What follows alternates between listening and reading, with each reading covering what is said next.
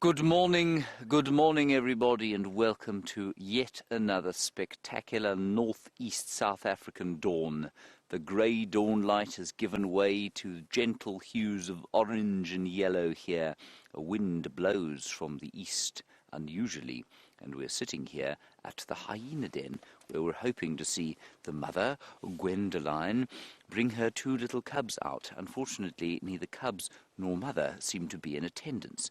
Now, you are on a live safari, in case you were wondering, from the iconic Kruger National Park, the western fringes thereof. We're on a little spit of land called Djuma Private Game Reserve. My name is James. On camera today we have Bryan, the thumb Joubert. Bryan, what was the thumb this morning? Oh, just a suit and tie. Suit and tie for Saturday. Very nice, suit and tie Saturday. And on the other vehicle, currently without signal, the elegant antelope that is Jamie Patterson, and she's being filmed by well, I wouldn't describe him as an elegant antelope, Wium Durenbrach. He's got a very long thumb, though, and that is very elegant of him.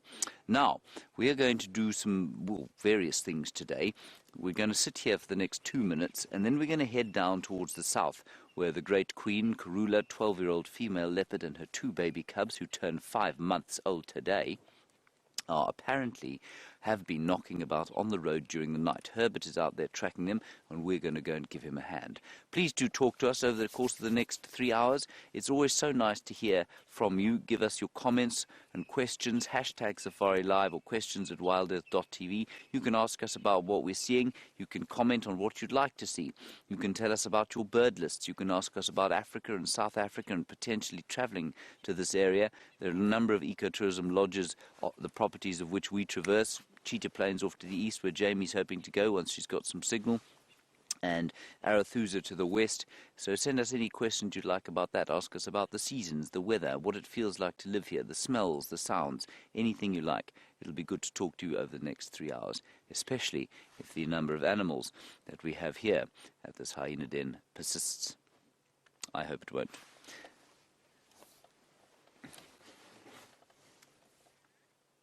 Hello, Caroline. You're asking if it's winter in Africa at this time of the year. Well, Caroline, good question. It is winter in South Africa at the moment, but it's not winter all over Africa. Now, remember, Caroline, that Africa is 3 times the size of the continental United States. That means that it straddles both sides of the equator. So there's a northern hemisphere where it's summer now, the same as it is with you in the United States. And, well, I'm assuming you're in the United States. You could be in Scandinavia for all I know. But half of Africa is north of the equator, and the other half is south of the equator. So the bits of it that are south of the equator, it's winter here. So the iconic areas of South Africa, Zimbabwe, Namibia, Botswana, Mozambique, we're all having winter now. And then in North Africa and into sort of equatorial Africa, like the northern reaches of Uganda and Kenya, and into Egypt and the Sudan, well, it's blazing summer there at the moment. The equatorial regions, I guess, pretty uniform climate all year round. Rwanda, Burundi, all those sorts of areas in the Congo Basin. So Africa is a massive, massive place. That's exactly the kind of question that we encourage you to ask. Thanks very much for that, Caroline. There are no hyenas here. Let's go and see if we can find a leopard. Is that a good idea, Bryan? It's a marvelous. Aye, good. I'm so glad you agree. Tally-ho. Tally-ho. Tally, ho-ho.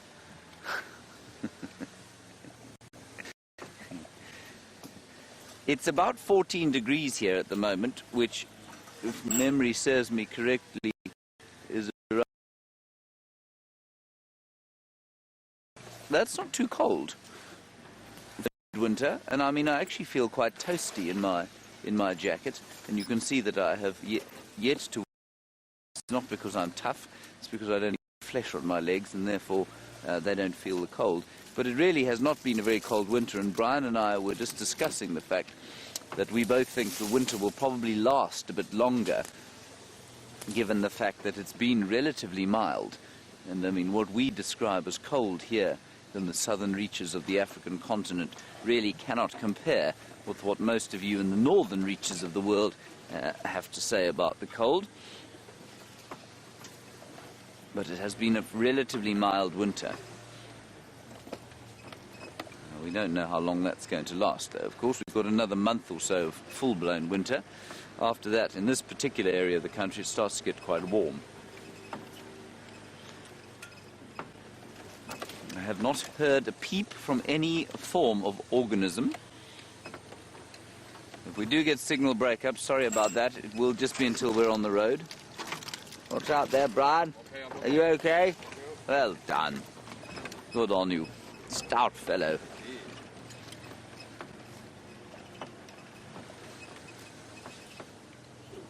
Right, there we are. Onto the road.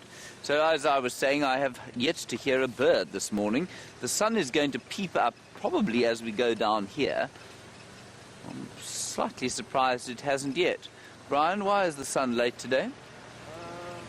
Cloud bank on the horizon. A cloud bank on the horizon. That would be the most logical answer, wouldn't it? As opposed to the Earth having reversed its trajectory, for example. Yes. Good point. I can see where it is starting to glow in the east there. I'm just going to drive a little bit more quickly because we'll get on to quarantine clearings then, which is a nice high point, and we'll see the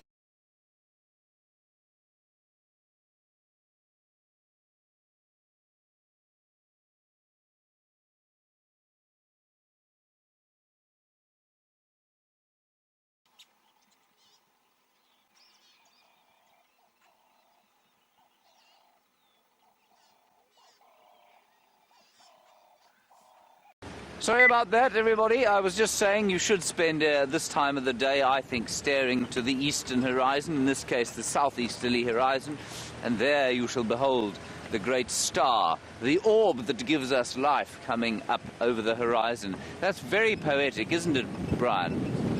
Yes, it's profound. It's because it's Saturday, you see. Saturday suit day to go along with your thumb's very formal wear. Yes. As far as I'm aware, Jamie still has no signal. So she's back at the Democratic Republic of the Congo. That's where we live. And for those who are confused by that, it is actually called the Juma Research Camp. And we call that the DRC. In fact, you can see her if you want. She's worth a look, old Jamie. She's worth a listen, too. There she is. That's where we live, everybody. And there she is fixing her aerial. I'm not sure if she can hear us. Probably not. That's Wium hunched over there. There we go. Hello, Wium. There.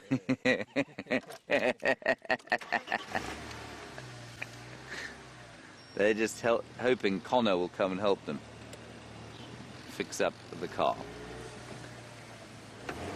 Oh, suddenly in low range. Hang on. Right, there we go. There comes the sun. You saw the glow there. We'll just quickly pop up onto the clearings here.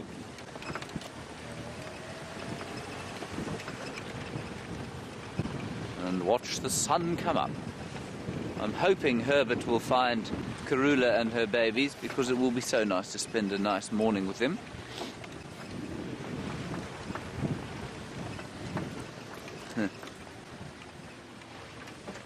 Hello, Lucy in South Bend, Indiana. I haven't heard from you for a little while, so nice to hear from you again. You say you've been stuck on 229 birds for the last long time, and you'd like to add to that. 229 for this area is a very good return, Lucy, and you're going to very slowly add to that. But we saw a bird yesterday, and maybe you can ask Jamie if she eventually gets mobile, if she can try and find it for you. She's going to Cheetah Plains, and we saw a Temminck's courser there yesterday, which is not that uncommon. It is very uncommon. If it isn't, let's ask Jamie to show it to you. Here, awesome. Hello, beefies. I just want to eat fun.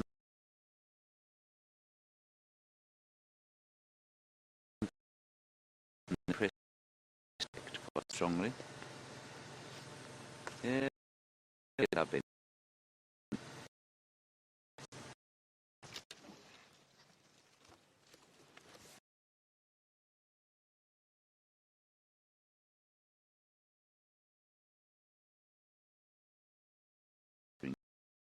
because, well, they can themselves against each other's bodies.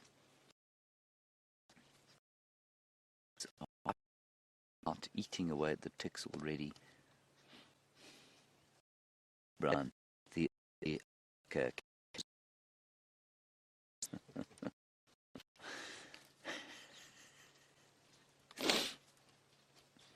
He also, I mean, imagine your breakfast was to go and sit on a buffalo and stick your head into his ear and eat out what you could find in there. I'm very pleased I'm not an ox picker.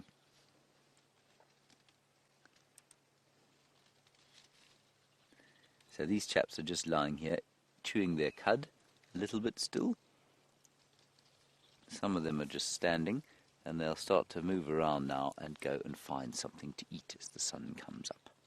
There you can see the eastern glow. Ah, I can see the sun. Bryan, I see it, I see it. There it is.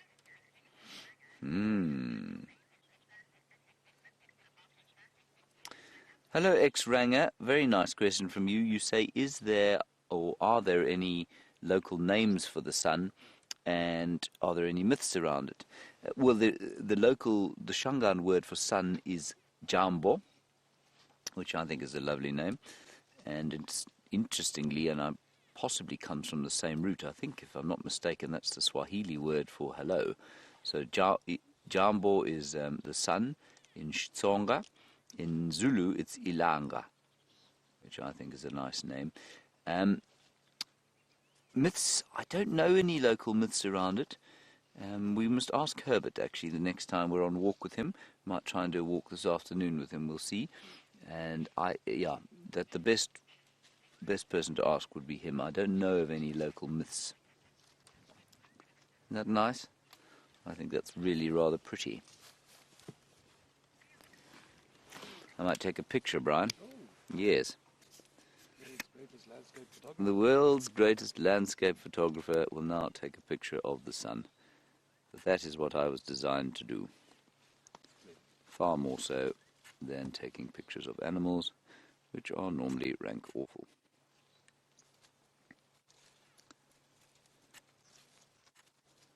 It's going to be a horrible photograph, Bryan.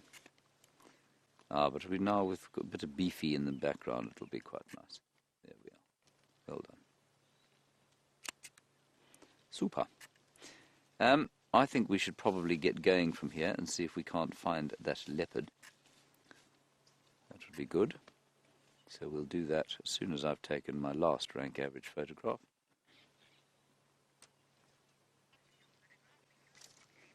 There we are. Right. Pajamas Patterson is now mobile and on her way. Let's go and say good morning to her. Good morning, and we seem to have sorted out our problems after much technical expertise. Turns out if you turn it off and then turn it on again, it works once again. My name is Jamie, and this morning I have Wium on camera with me, and we're planning a trip to the Far East, sort of, as far east as we can go, which is towards Cheetah Plains on this chilly winter's morning. Brr. Definitely got colder from when we first set out.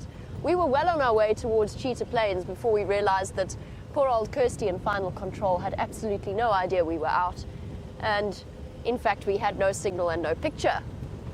We seem to be up and running though, and Wium's managed to do some kind of bush mechanics. I don't know what he did, but he took a piece of zebra wood and he sort of duct taped it to the antenna. Looks very fancy, and it seems to be working all right. It's amazing what you can do with some duct tape and, not duct tape, gaffer tape, sorry, gaffer tape, get it right. Some gaffer tape and a zebra wood branch. We're also on quarantine, obviously, since that is the main portal for all places extraordinary. Apparently, I'm sure James has updated you, Herbert has found tracks for Karula's and her cub. So we're going to leave him to follow up there along with Herbert, and we're going to head off to the east.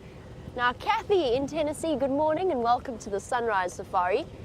You were wondering what happened to our little baby buffalo from yesterday.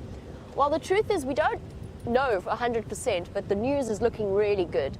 I went back about an hour and a half or so after the end of the sunrise safari, and there was nobody there. I mean, no buffalo there, which could only mean really that Mom stood up, she gave her baby some milk, and off they wandered deeper into the safety of the block, which is fantastic news for us. It was a very difficult sighting to watch, and James and I had a conversation about it and just sort of came to the conclusion that these animals are sort of endlessly more resilient than we believe them to be. So Kathy, hello Zebbies, trying to get you a view of them disappearing through the bushes, and try and work our way around some very cold looking impala to get you another view. They're all sort of deep red and shivering and very fluffy. Let's go forward a bit, we'll see the zebra in the morning light. Hello everybody. Good morning.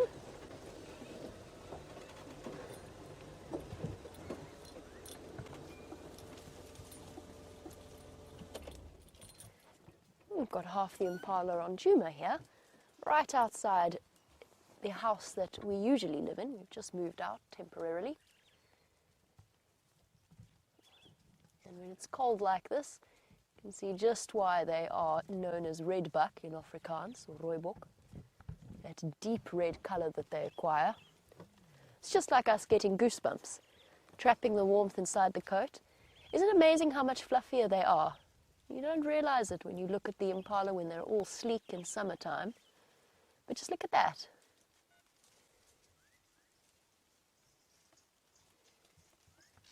Unbelievably fluffed up.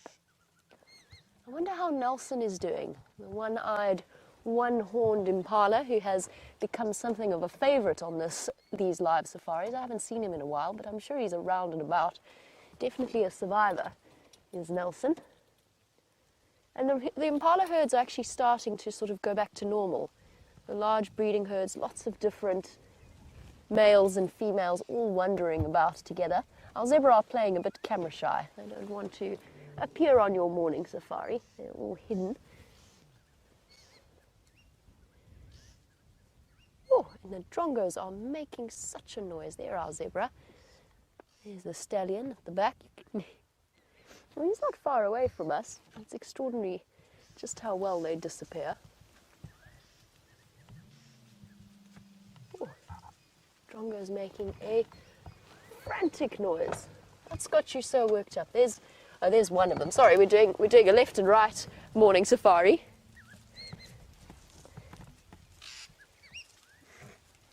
There we go. There's our fork-tailed drongo, one of the ones that's chirping away and making the most of the big herd movements to catch any remaining insects. Chirp. Having a fantastic time.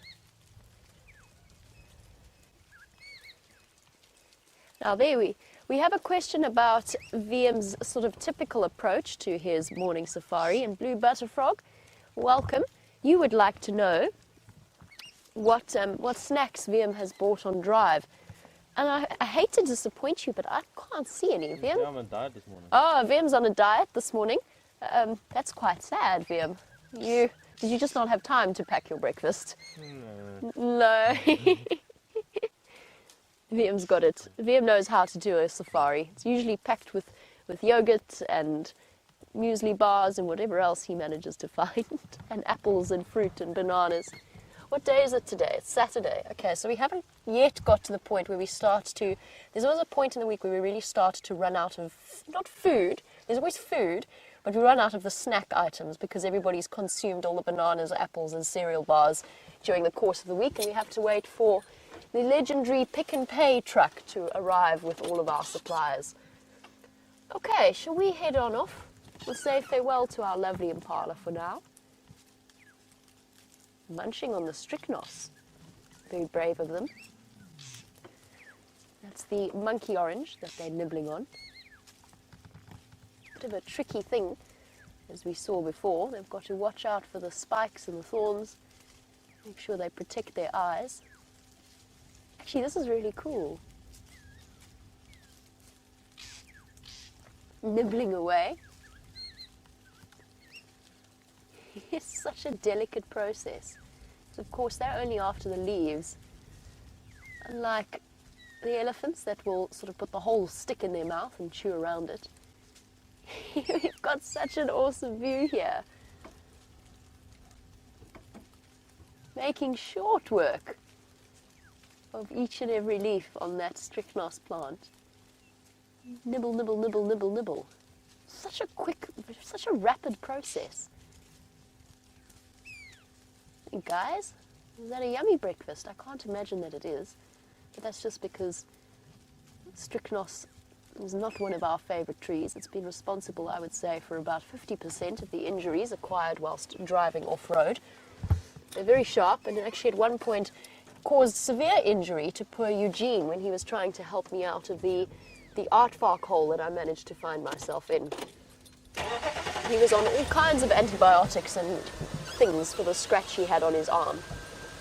Okay, impalas, enjoy your breakfast. Go through nice and slowly, don't scare them away. And the interesting thing, of course, about this is that they're going to have to nibble a little bit and then move on before the tree produces, in response to being fed on, produces a huge amount of tannins that make it bitter and sort of not very nice for them to eat. Very clever little defense mechanism the trees have to make sure they're not overbrowsed. But while we carry on our journey to the east, straight into the rising sun, we'll send you back across to James, find out what his plans are. So some very interesting developments, unfortunately, on Torchwood, but I mean, that's okay. We just can't go there, but if you were a guest at Juma, you would be able to go there. What we've got there is Quarantine killed a warthog yesterday, and he hoisted it into a tree, but Mike from Cheetah Plains has just been there. He says there's another big male leopard in that area, and he's stolen the kill from Quarantine. Now, who is that? Mike thought it might be Tingana, but he hasn't had a very good look. But Mvula was around there yesterday, and Mvula, we think, is Quarantine's father. It's quite interesting that that situation is playing out there. So we'll keep you posted there.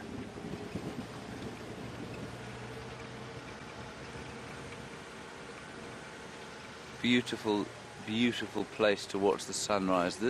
Let's just have a listen. We haven't had a stop and a listen.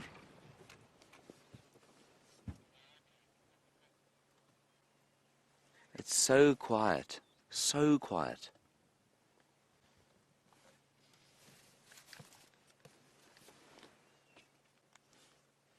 That's a beautiful shot, Brian. Oh, thank you, James. Well, you do what you can. I do. You do a very good job of it. Yes.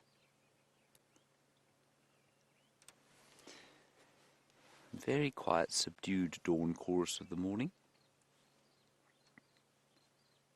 You can hear a crombrick going. One or two southern black tits going. Bzz, bzz, bzz, bzz, bzz, bzz, bzz, bzz.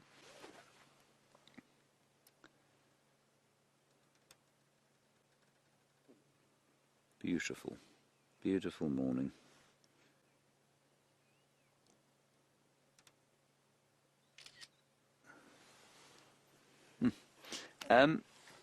There were some lions calling earlier this morning, but nothing since about sort of 4:30. Beautiful. Now, Brian was just saying to me that apparently the activity of the sun, you know, these sort of large explosions and things are probably less than they are normally. Is that correct, Brian? Yep. And so you're not seeing the flares and that sort of thing. What a beautiful, beautiful shot that is. No sunspots. No sunspots.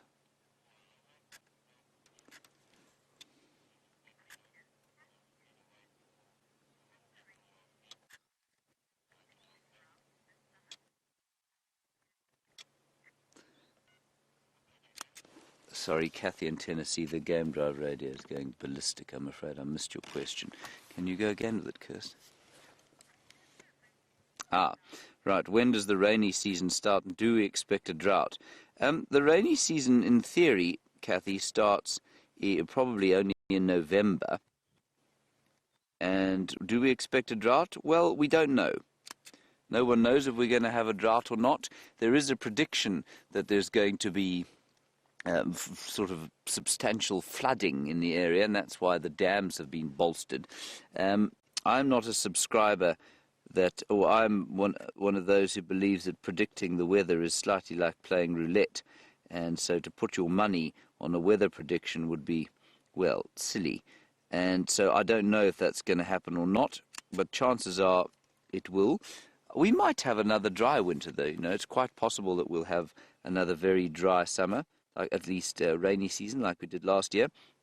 But remember, we're a very, very long way away from the wet season, even if it does get wet. And that's because our dry season, of course, is between sort of now, well, I mean, April, if you like, but there's normally a bit of standing water around. But until November, we won't probably have much rain. Now, what that means is that the landscape that we see before us, it's very dry now, and it actually looks a little bit like a sort of September landscape because of the drought that we've had. It's now that the animals are going to start feeling the effects of the lack of rain that we had earlier on. Right, we're going to ease our way down to that, in that sort of direction. That is where Herbert is. Sandy, a nice one from you. You say South Africa. Does it have any particular storms or sort of notable weather patterns and earthquakes, volcanoes, that sort of stuff? It doesn't, Sandy. We've got relatively stable weather, but for the fact that the rainfall, as it is in most parts of Africa, is unpredictable. And to say that there's an average rainfall in many parts of Africa is very difficult because it's so variable. But the landscape that we're on now, one of the reasons that it is wildlife land is because it was useless for farming, and one of the reasons it was useless for farming is that the soils are not very fertile, and one of the reasons for that is that there has been so little volcanic activity in this part of the world for so long that much of the nutrients in the soil have been leached out. And so it really is pretty stable from a sort of tectonic point of view.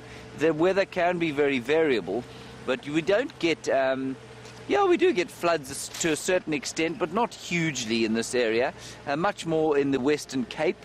They are a winter rainfall area. They get flooding there quite frequently. And then into Mozambique. Now, Mozambique is right on the east. It's basically where you've been looking, 60 kilometers away, 45 miles or so, and they're on the coastal plain, and they get hit by tropical cyclones that come up the Indian Ocean, and they get horrible flooding every so often. But actually, these days, it's not dreadfully unstable weather-wise, and certainly tectonically the country is fine. We don't get tornadoes or things like that. You might get the odd tornado that rushes through the flatlands of the Free State on the Highveld, but nothing else much. Nice question. All right, let's go across to Jamie and get an update from her, and I'll go and find out from Herbert what's happening with him. While James checks in with Herbert, I'm making sure to double check along Twin Dams Road in case Karula decided to pop out in this direction. Seems as though she's moving about in relatively small circles at the moment. We'll keep our fingers crossed that we might encounter her. Between the three of us, we should have all of the bases covered. And while we carry along down here, I hear that James was talking about earthquakes. And growing up in Johannesburg, you get earthquakes, but they're not so much earthquakes as because Johannesburg obviously is founded on gold mining, and a lot of the old tunnels are left abandoned and they start to collapse. So every now and again you get these rumblings if you're in the city centre as the tunnels go down. And when I first started guiding, obviously I didn't grow up around rifles. I hadn't really fired one until I started guiding, but it's something that you really need to do. You need to learn how to shoot and to shoot accurately. It's one of the requirements to actually getting a job as a field guide.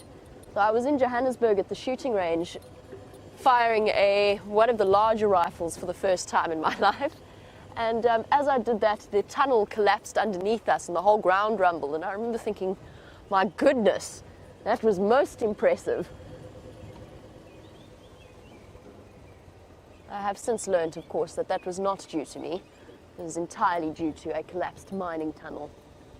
Just check around here carefully. I know that Karula, or at least Karula's cubs, like this boer beam that stands very much above everything else here, and it also provides plenty of cover. Let's just check carefully that there's not little cubs hidden in here. Oh, you'd have to have eagle eyes to spot them.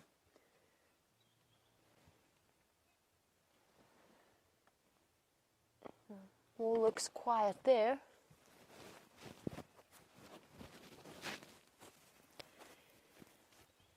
Okay.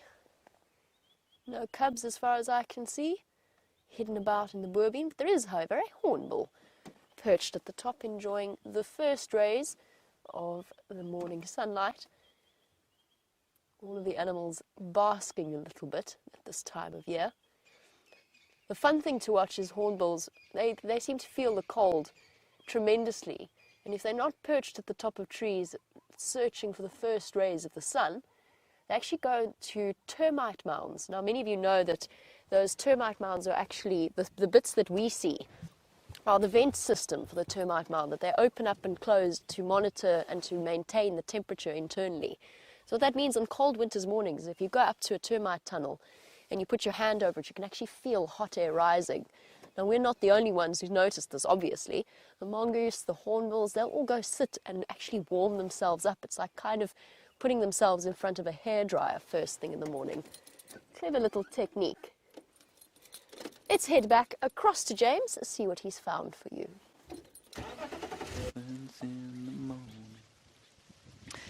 Hello everybody, I think this is our favourite little third trunk elephant herd. If I'm not mistaken, that's the cow there with her missing third trunk and a missing bottom third of her trunk. I always find that it's very difficult to say that. And her youngest calf. And the others, well, they may have been joined by another one. It's normally only 4 of them. Let me just sneak forward here. Now, we won't drive off-road for them for 2 reasons. One, well, we're not going to in the drought for elephants. And 2, it's very thick in there and will make a horrid noise. Let me just ease into a position where we can get a slight view of them. Not the best view, but that's just the way it is. We'll hopefully find some more. And I do love the picture of their grey bottoms going through this winter landscape. So different from the summer.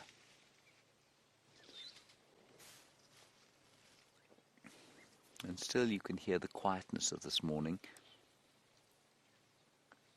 There's the odd babbler going.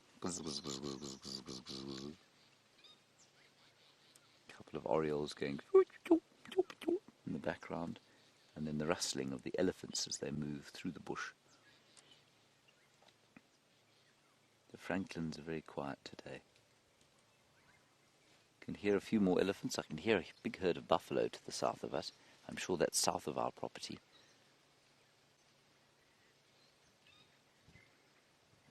And if you want to see some more elephants, there's a herd of elephants at the Djuma Pan, apparently. So check out the Djuma Dam Cam. And that pan is going to become a focal point over the next few months because it is some of the only pumped clean water, and the elephants are going to mass around that area.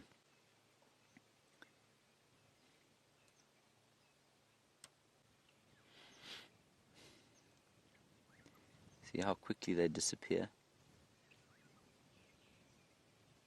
You can feel the wind. Can you feel the wind, everybody? Close your eyes and take a deep breath and I'll tell you what it feels like. It's cool. In fact, it's quite cold. It's coming from the same direction as the sun's just come up. But it does smell very fresh indeed, combined with the sweet honeyed leather scent of elephants.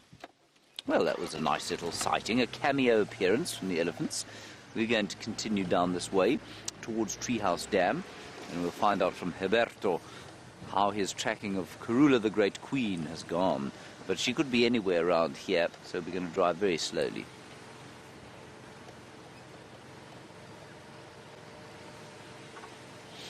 Hello, Cat in Tampa. You say, yes, you're finally seeing the leaves changing colour and falling off the trees. And you say the coppers and yellows are so pretty. They are very pretty indeed. And it's a different kind of pretty, I suppose, from the North American autumns or falls and winters, where you get those sort of splendid maroons and reds. We don't really get that here. They do stay green and then they die. And they go copper and yellow, which is quite nice. Just keep an eye out for tracks here. She does sometimes like to go in there. There's a milkberry tree that she likes to sit on.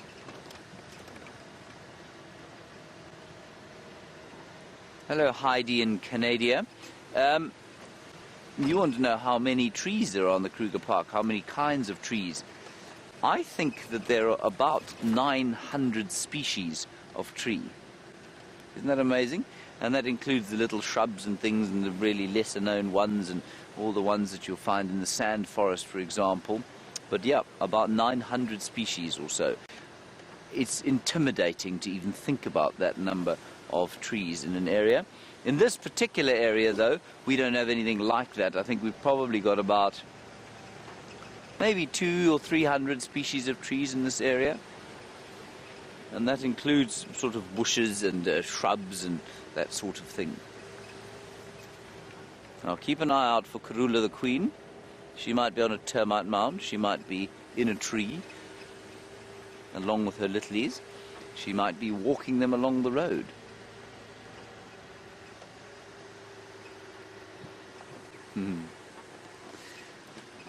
Joan in Washington. Well, we're talking about leopards in trees, of course. You want to know if I've ever seen a lion climb a tree and take a kill from a leopard? I have, actually. I've seen it once. I've seen 2 male lions leap into a very scraggly sort of knobthorn tree and steal an impala from a leopard that was then perched higher up where it knew the lions wouldn't go because they were too heavy. And they climbed up, stole the tree, and then one of them got stuck in it, and he couldn't get out.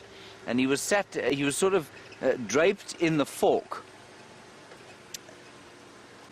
Sorry, that's quite astounding transmission on the radio there. In an accent I've yet to hear. It was kind of boned herring at 20 fathoms. And this lion got caught in the middle of the fork of the tree, and he couldn't get out. And it was hilarious to watch. Eventually he did get out, and he then fell to the ground. But it was cats, especially the big cats, the bigger the cat is, it climbs incredibly competently, but getting out of a tree, the bigger the cat is, the worse it is at become a sort of an elegant descent.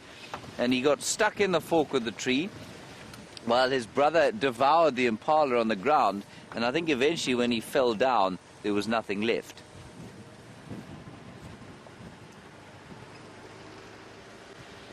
Right, we head towards Treehouse Dam, where there's very little water left. There's a little bit of moisture in the soil, but otherwise there's nothing.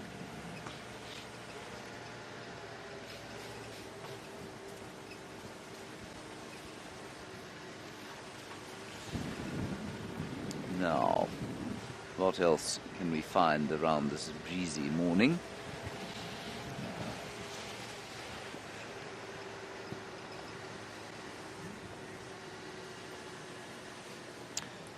Christopher, a very good question from you, and it's a very valid one, especially as we drive around here, and you see the impact that we have on the animals.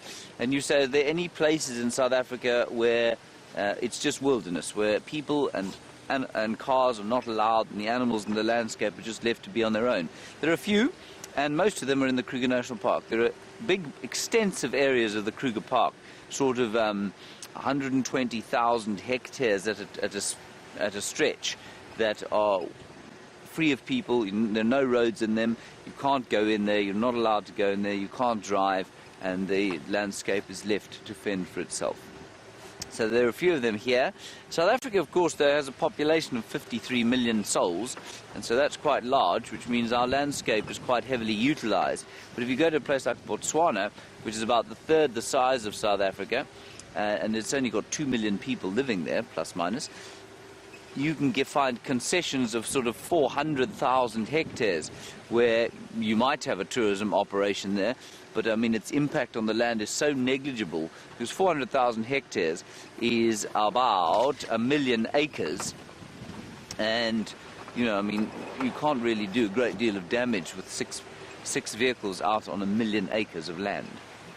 Right, well, here is Treehouse Dam, and we'll just get up onto the wall, and then I'm going to contact Herbert and find out what he suggests we do from this position, because he's got the tracks.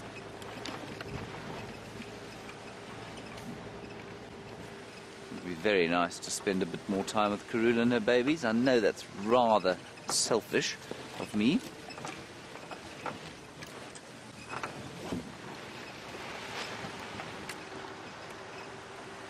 Righty, let's see what we can see from here.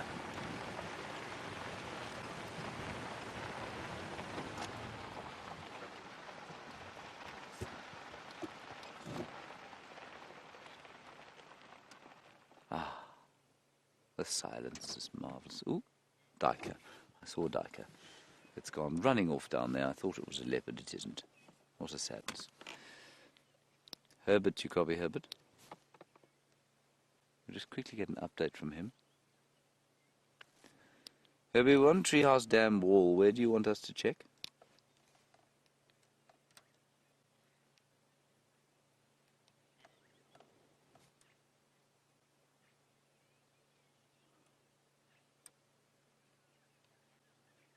Copy, confirm you've located. Okay, copy. We'll just drive around that block. So he's working in here, and he's a little bit worried that she may have headed down south towards the boundary. So we'll head there, and let's have a look there. It's really not that cold this morning, so I'm going to take off my scarf, Brian. Oh. How many jackets are you wearing today? Just the usual 3. 3 jackets. And a That's scarf. very warm then, because Brian's simply got 7 jackets on if it's really cold.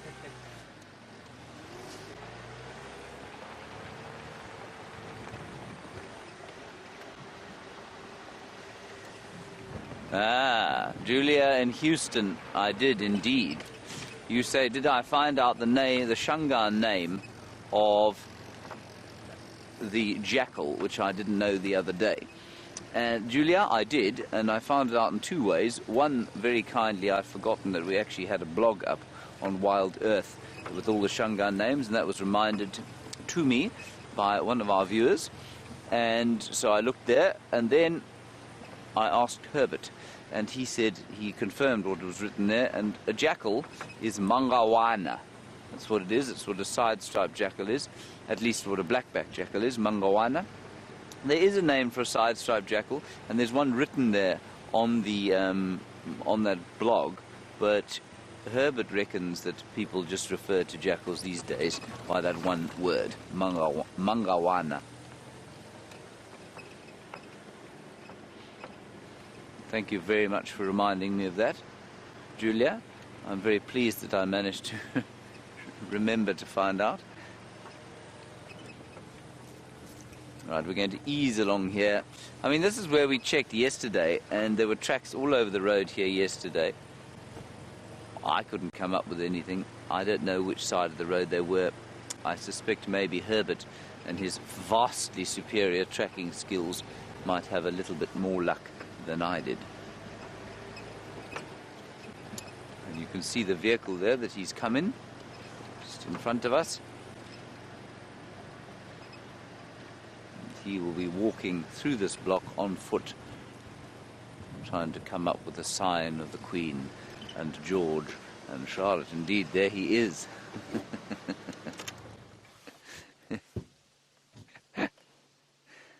Ahe. Hoe sal ek dit te koei?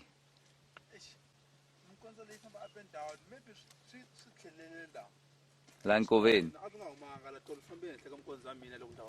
Okay. All right. Ntajika lega garmen. Okay. Okay. Okay. All right, everybody, that's Herbert just telling us that the track's going up and down all over the place, not sure exactly where they are. And while we try and figure it out, let's go across to Jamie and find out what's happening with her. Isn't Herbert absolutely amazing? He is such a wonderful character. He's kept us all very entertained. Just by the way, it was actually, I don't know if James mentioned this, it was Herbert's birthday yesterday, which he kept very quiet, and we only just found out about it. A very special happy birthday to Herbert for yesterday, and to Mama Z, who, Mama Z, of course, takes care of us spectacularly well. She really does look after the entire camp, which can be something of a tricky experience, I imagine, for her. All right, here we go. Coming up to the Cheetah Plains sign. The first thing in the morning trip to Cheetah Plains gets a bit chilly. You have to drive relatively rapidly.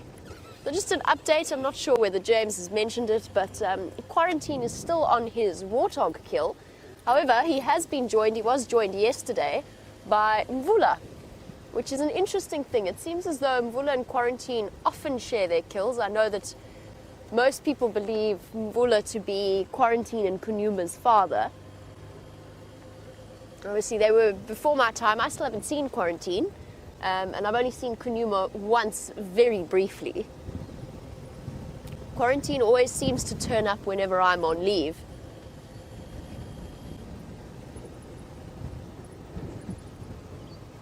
Now, see, Wade, you've asked a question about Quarantine, and of course, I haven't seen him before, so the answer... Ooh, I can hear some parrots. The answer is something that I might turn to the other viewers for, but C. Wade would like to know how he got his name Quarantine. Now, as far as I know, he was named Quarantine because of the amount of time he spent on quarantine clearings. So that big open clearing that James was on at the start of the Sunrise Safari, which in turn was called Quarantine Clearings due to the fact that at one point cows, before the Sabi Sand was a nature reserve, cows were quarantined there. But if I'm wrong about that, those of you who are familiar with his name, please feel free to correct me. That's just what I've always thought about it.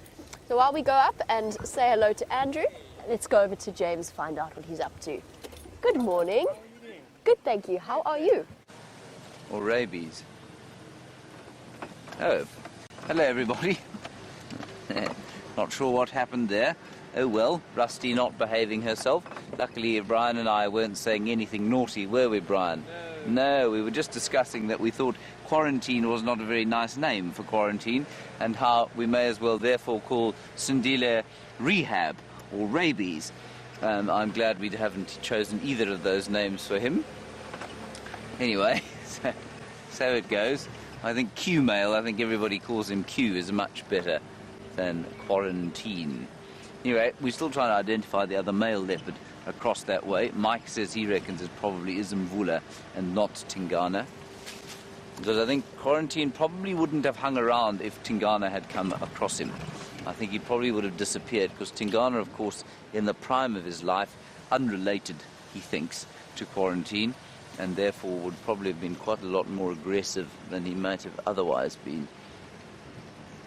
Now, Herbert is a bit flummoxed by these tracks. He says they're going up and down all over the place. And as I was just saying, Jamie also thinks that it is Mvula. I think let's do this. There's some very cross birds here. Bryan, there's one of them. Some very cross white-crested helmet shrikes. I say they're cross because they're sort of alarm calling. Let's just keep watching them here. Isn't that a lovely shot? You can see why it's called a helmet shrike. Oh, what's it caught? Nothing. It's just shaking a tree. They will look for little caterpillars and grubs, and around this time of the year that will be a serious boon for them. Isn't that nice? You can see why it's called a helmet shrike, with that grey helmet, and indeed it used to be called a grey helmet shrike, which would make a whole lot more sense than white-crested helmet shrike, but you know how these ornithologists go. They're all on the ground there in front of us now. And there's it. He has caught something. Hop, hop, hop, hop, hop. Oh, I think they're such fun birds to watch, these. They live in a flock, they're communal breeders. Look at that. I think that's so cool. And it's a little bit like a wolf pack with an alpha male and female. There's a woodpecker. Very nice, Bryan. Cardinal woodpecker. Female. Excellent. Just check my identification of that bird quickly. I'm 95% sure that's what it is. You'd think that after this amount of time I'd see a cardinal woodpecker and know it on sight. You know.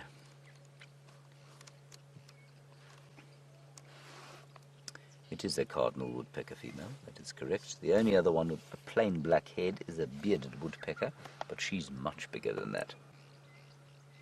Super. Little, the helmet shrikes are still there. Oh, this is wonderful. We don't get to see them like this, you know. This is really quite special. And I just want to find out exactly what they eat at this time of the year. Listen to them. Can you hear them?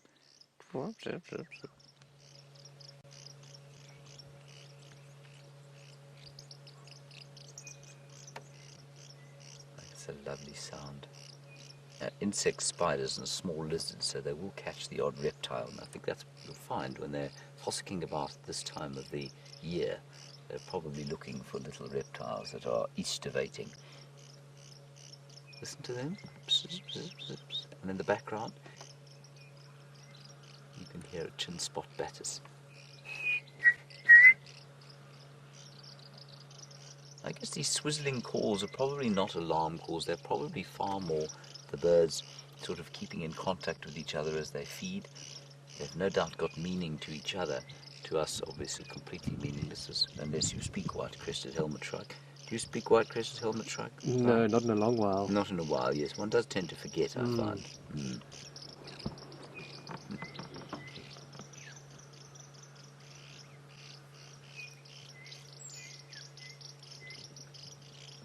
So I was just checking up also on the breeding, and they are cooperative breeders. In other words, all of this flock will help raise, but only one pair will breed, and it's a monogamous pair, and their marriage apparently lasts for about 2.5 years, which I think is quite fun.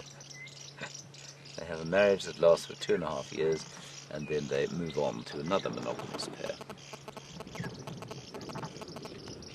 They probably live for about 10 years, I imagine.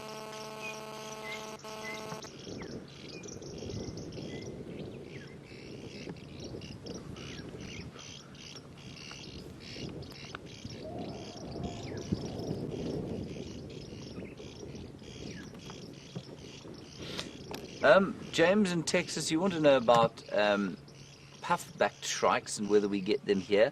We do get them. They are not, and they are still around, they are not migratory birds. You'll probably find that they're sort of mild local migrants, so you'll probably find more of them on the rivers as opposed to in the general woodland like you would normally.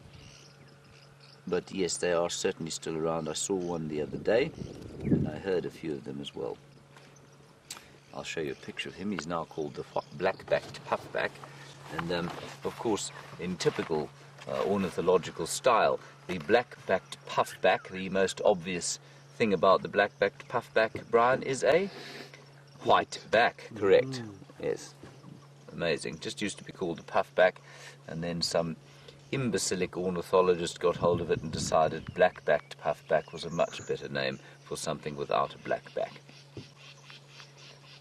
And everybody else agreed because it was probably a bit scientific. All right, we're going to turn down south now. I'm going to do a little foray along the southern boundary, see what we can find there.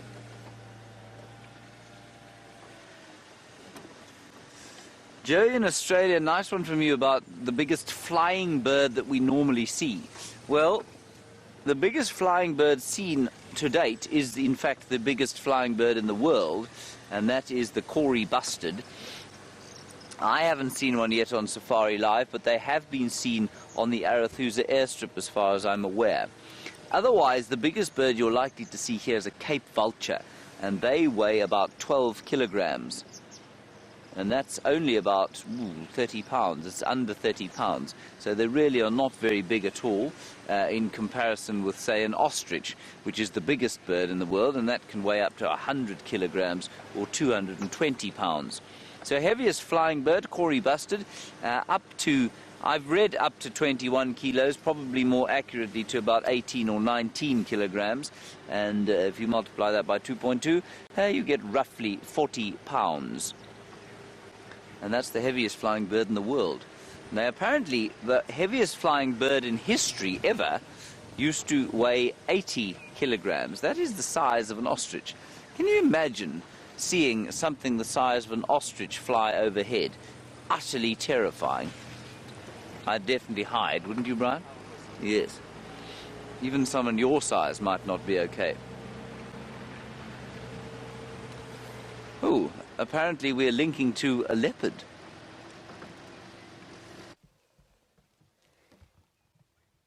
A leopard on a termite mound. And actually, one of my absolute favourite leopards.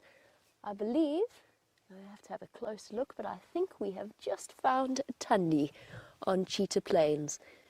The oldest daughter, the twin sister of Shadow, and the oldest daughter of Karula, the queen that James and Herbert are searching for. Hello, girl. And we actually have Andrew to thank for this, because he said to me there were female leopard tracks coming up from Annette's, which is south of Cheetah Plains, towards Djuma Dam. And lo and behold, here we have Thandi on a termite mound. And I'm very happy that she moved, because if she hadn't moved, I wouldn't have spotted her. Hello, big girl.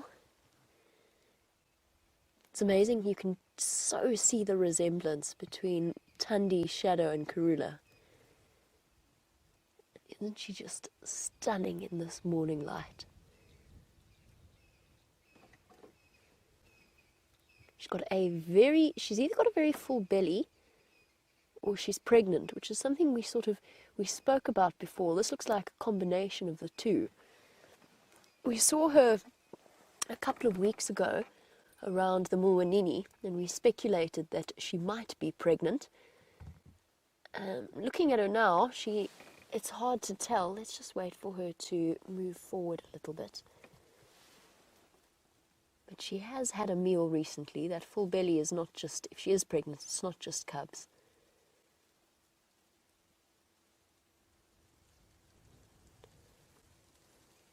Absolutely wonderful. What a nice surprise.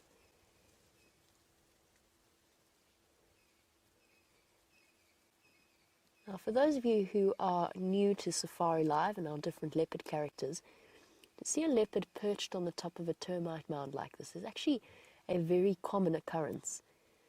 That's because it provides them with a perfect vantage point. They can scope out the area before they go wandering through. The predator's eyesight is actually relatively good. She's geared towards movement, so they're attracted by movement, just like lions, which is why we always say when confronted with a leopard or a lion on foot, you absolutely never run away from them, because you trigger that instinct within them. So she's scanning, using those hypersensitive ears and nose and eyes, all in combination to see what she can find. Something's attracted her attention ever so slightly.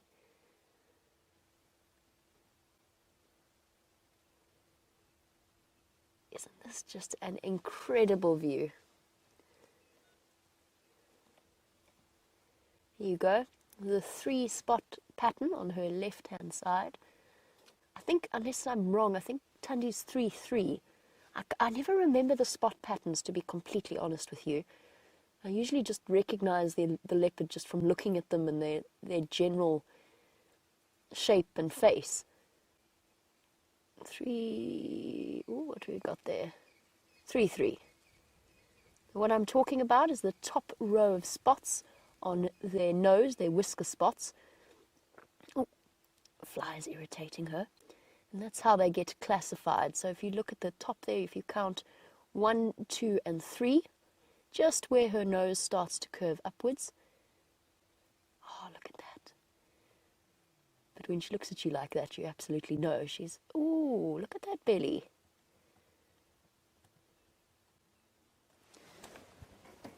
That looks like a pregnant belly to me too. That looks like a very pregnant belly.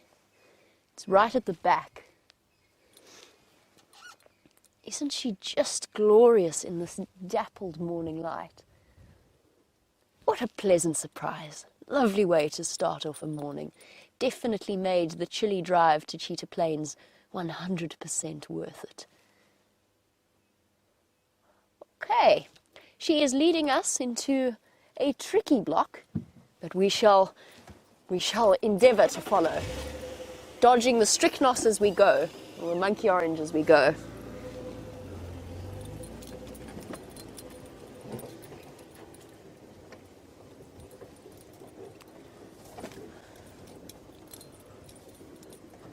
Now, like all opportunistic leopards, she could well be looking for something to hunt.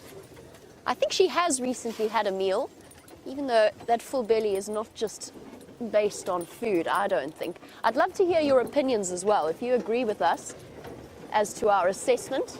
Oh.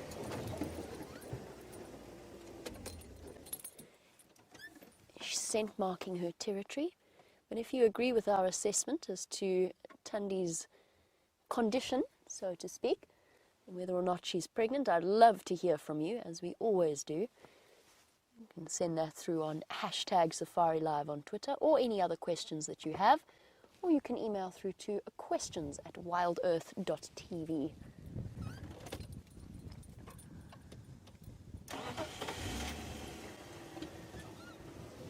Okay, this is why tracking Karula and her kin is always an interesting experience, because she's just changed direction completely. I'm hoping she's going to stay on this path and make life relatively easy for us.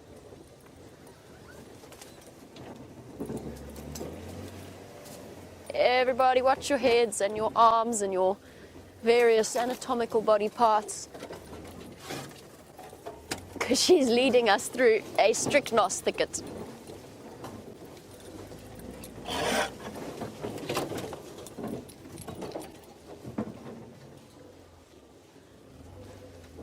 Relatively open for now. I'm just trying to find a good spot to get around her. I'm hoping she's going to lead us to a road, which should also be very useful in terms of calling us in, because I don't 100% know where I am, which is my standard approach to Cheetah Plains. I'm not very good with the road names yet. Just that tail flicking. Let's just stop and see. She might have spotted something. And there you go, you've got that perfect example of what Justin has asked, which is why leopards have that incredibly white tip on their tail. Especially because it shows up so clearly on a leopard. Look at it go. Twitch, twitch, twitch, twitch. So the main sort of reason behind that, most theories suggest it's to help cubs follow their mother through the bush, kind of like a follow me sign. I'll add to that a tail, in terms of determining a leopard's mood, the tail is one of the most important indicating factors. So a thrashing tail, those of you with domestic cats will know, the tail of your cat will give away its current mood.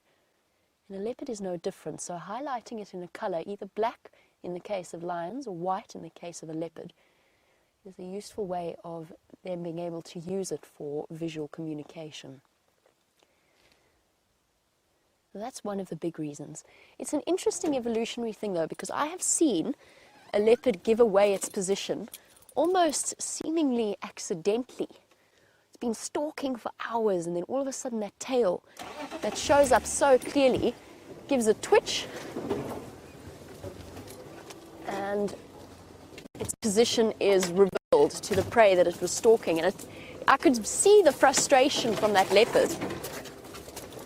Guys, I think we're going to go through quite a... No, hold on. We've got an okay position. There's lots of holes here. It's a bit apparently most of you, whoopsies, sorry Rust Bucket, most of you agreeing that she does look particularly pregnant. Oh, look at that. That's stunning. A little trot up the termite mound. Scouting about. On alert. Isn't she absolutely beautiful?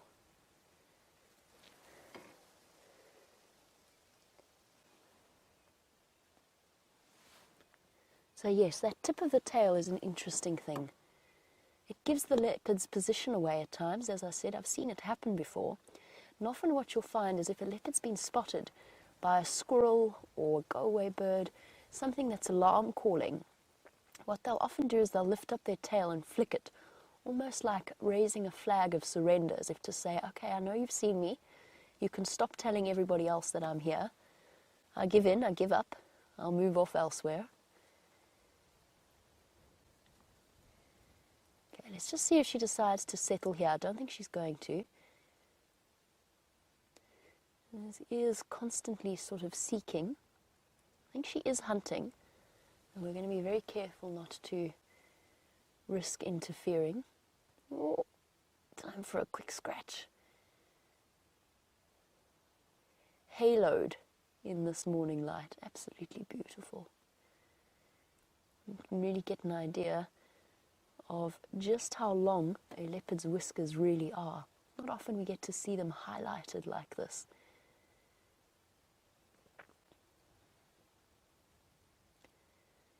She must be close to 10 years old at this point. I think Shadow and Thandi must be close to 10. Both of them have had relatively, I think it's just maybe because we compare them to their mom, but both Thandi and Shadow have had relatively unsuccessful attempts at raising litters of cubs. But hopefully this time will be different for Thandi.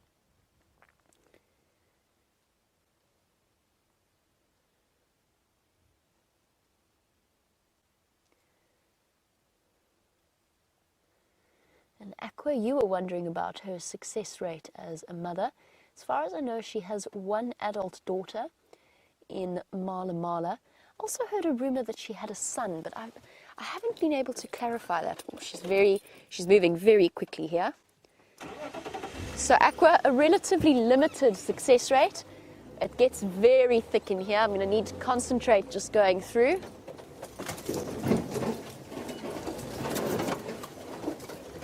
Don't want to lose her in this strychnos thicket. Whoop, nearly lost an eye instead.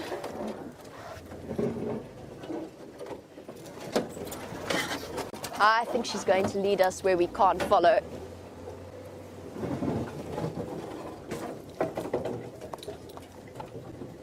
Okay, because it is so incredibly thick here, for now I'm going to send you back across to James so I can concentrate on keeping track of her. And hopefully we'll be back with you and the leopard shortly. How very exciting to see Thandi there, and I'm amazed that she still looks so pregnant. I would have thought by now she'd have popped, but maybe she's just on the verge of doing so. Very exciting, and hope she'll do it somewhere where we're able to view her. And on that note, we are in this area. We're at the Arethusa driveway. You can see there by the very obvious sign that says Arethusa on it, that we've come into this area because we found Shadow's tracks and her cub tracks just at the junction around about where the two main roads, the Triple M break, that's the one we were on there, and the Gowrie main road, which you go on to Cheetah Plains, where they meet. And because they are such a main thoroughfare, you couldn't really tell where they went. But they were around here at some stage quite recently. I think they're south into Hoffman's, but we'll just do a little loop around here and maybe we'll be lucky to find Shadow and Zara. We'll just keep an eye out on the road. I think it would be very nice to see all the leopards today.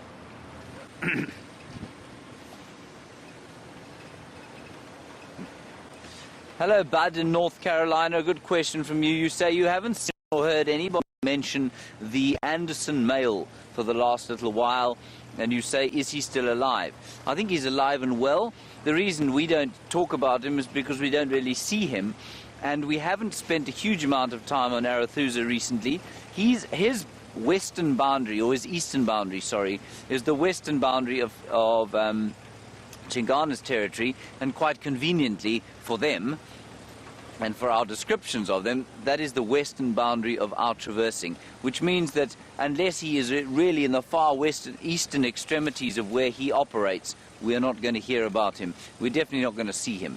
So the chances of us ever seeing him are very small anyway, because he is largely off to the east of us. Okay, Jamie's back with Thandi. Enough of my waffling. Let's go back and see her.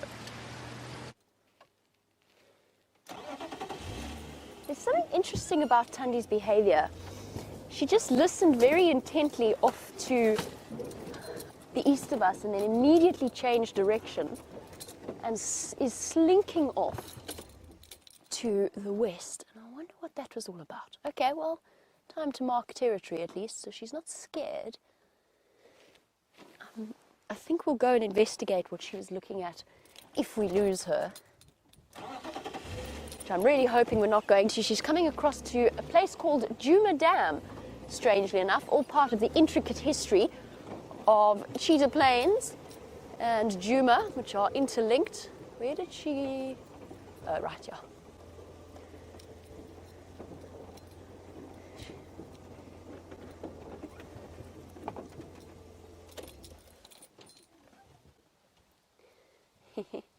And Deborah, our armchair traveller, you wanted to know what the gestation period is for a leopard and that you've forgotten, you're sorry. Please don't apologise. That's absolutely fine with us. You'll probably find that there are people out there watching that would love to know but are too shy to ask. So depending on the leopard, obviously it differs in the same way it differs for people. But depending upon the leopard, it's usually around 95 to 100 days. Even as early as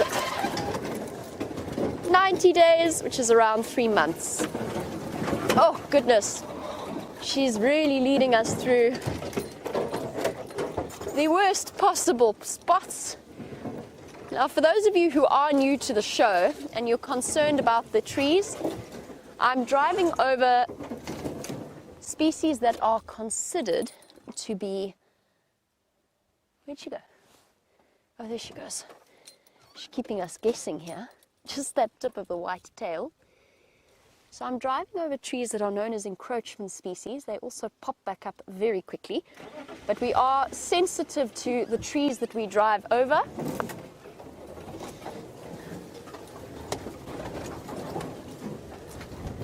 Very, very careful not to cause the environment any damage. Okay, we're going back this way, are we? Whew. I'm glad we did that big circle. Promise you, this is why tracking Karula is so difficult. So Paige, you talking about Thandi's success rate as a mum. I mentioned that I heard that she had a son, but that I was unfamiliar with his history. Apparently, she has an adult son called Bahuti. You've seen Bahuti. So that's Thandi's son, is it?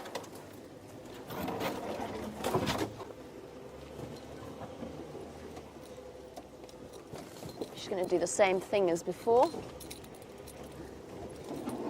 Okay, let's stop. Okay, she's hunting. She's spotted something and she's hunting. Oh no, she's now just lying. Hello, girl.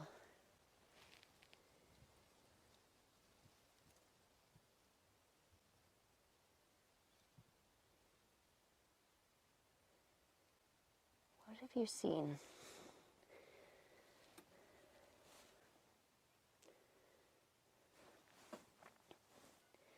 So I need to see Bahuti now. Add him to the list of leopards that I would really like to encounter. Now, MJ, you were wondering about the quickest way to identify the sex of a leopard. There's a huge size difference in the males and the females. Even a year-old cub that is a male cub is almost larger than their mother, even at a young age. But to be honest, probably the quickest way, have a look at their necks.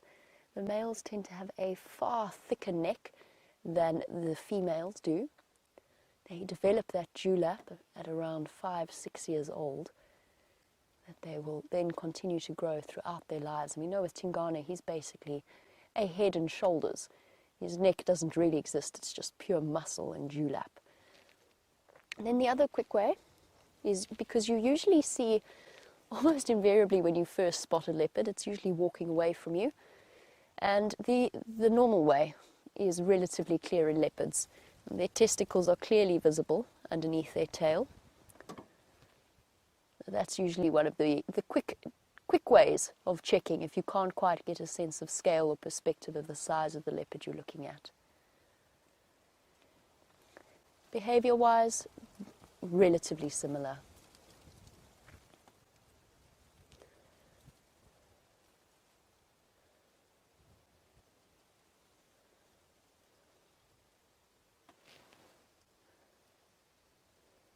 She's settled down. I think there is something in the block. I think the reason for her sudden change of direction and looping around is she spotted something that she wants to hunt, but it's now a game of patience in terms of catching it.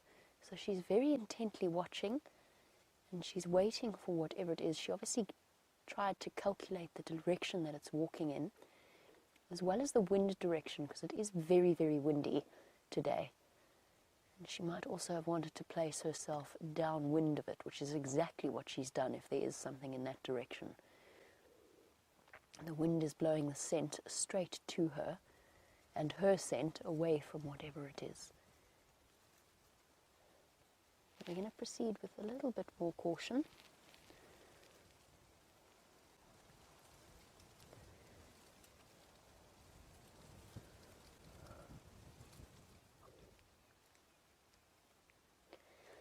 Good morning, Hayden. Hayden Turner is sending us a big hello from Australia, and we all miss you, Hayden. We can't wait for you to come and visit us once again. You're saying you're enjoying watching this magic live from Australia. Isn't it just magical? It's the wonder of going out on a live safari and not really knowing exactly what you're going to encounter along the way.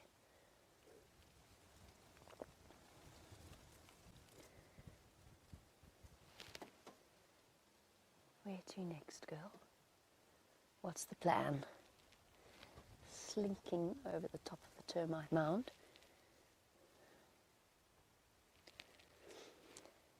I'm hesitant for now to reposition, just because I want to gauge exactly where she's looking and concentrating and what it is that she might be trying to hunt. I don't want to interfere in any way, so we'll just wait and watch and see what she does. Work out a lot from a leopard's behavior and their focus and where they're looking. I think she's just looking for now.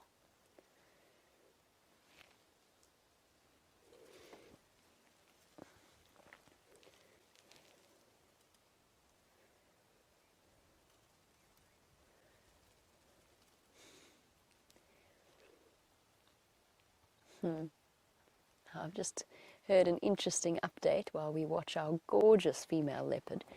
The lion that was shouting all night last night, roaring away right next to our camp, has apparently made his way, having made himself thirsty after a night of calling. He's made his way to the Djuma Pan. So for those of you who are watching the Djuma Dam camera at the same time as our live safari, you'll be happy to know that James is on his way there now.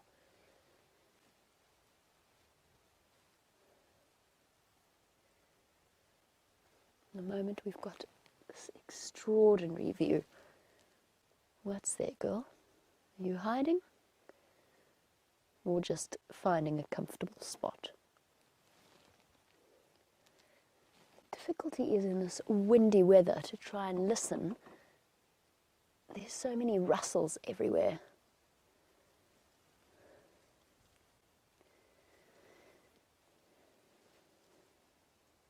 Just the tip of her tail visible there. blowing slightly in the wind. Now, we spoke about the identifying features of our leopard. We've got a tip of nose and tip of tail and not much else. We will reposition in a moment. I just want to watch what she's looking at.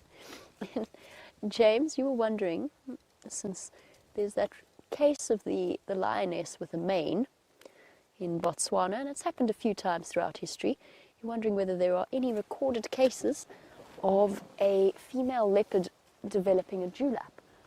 Not as far as I know. I mean, there are obviously some females that are genetically have larger necks than others, just as there are females with large necks as it is. They're bigger than some of the other females. Saleshe, for example, is larger than Karula's line of leopards. And having seen her cub, Tiani, for the first time a couple of weeks ago, or 2 weeks ago, it's definitely a much larger genetic line. That cub is absolutely enormous. She's so cool. But it's the first and only time I've ever seen her, and she really is stunning. Whereas Karula's family line is a little bit smaller, a little bit more compact, and Thandi is tiny for a little female leopard. She's also found herself a really well-hidden spot. Hey girl, making life tricky. Just see if she's still focused intently. I think she's relaxed a bit, which means we can reposition. Let's try and go and find ourselves a nicer viewpoint. It's the perfect hiding place that she's found, sort of between the two mounds of the termite mound, the two vents.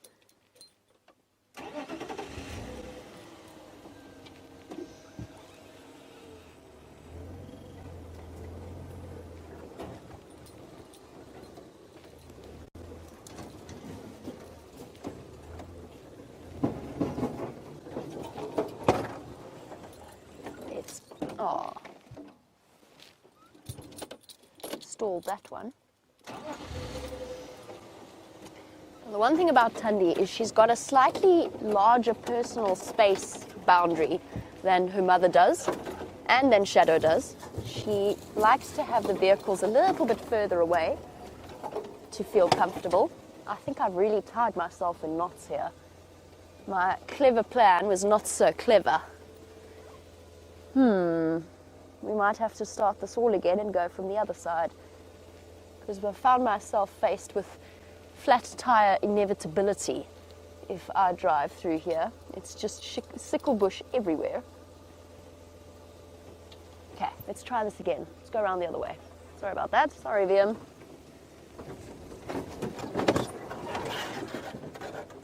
Oh, goodness me.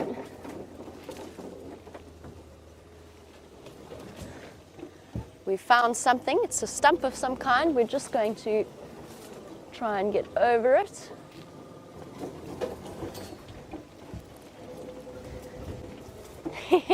So while we attempt to negotiate this incredibly tricky position that Thandi has placed us in, or at least I've placed us in, James, you'll be happy to hear, has made his way to another one of our big cats.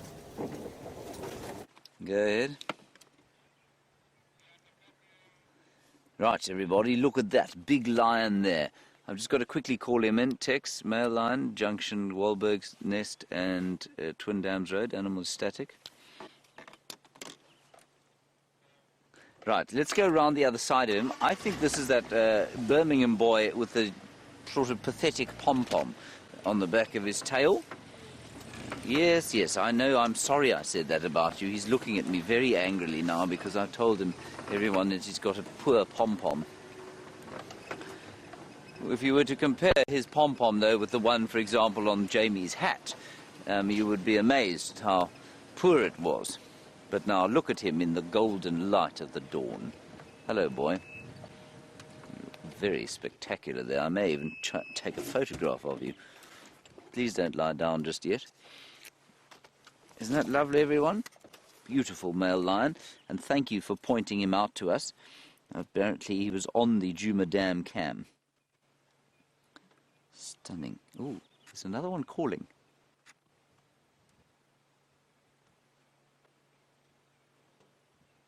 That's why he turned his head. It went, ooh.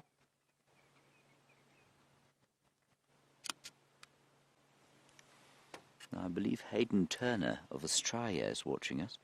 Hayden, wonderful to have you with us. And thank you for giving us of your time, of course. And please do send through, well, not so much a question. You probably can't ask anything that you don't know that we don't know, if you know what I mean.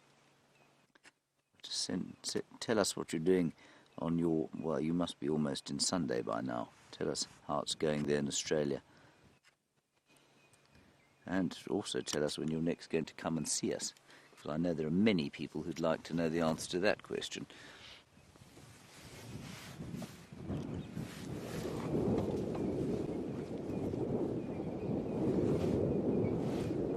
Now, a very good question from someone I think called Iretus. That's an interesting name.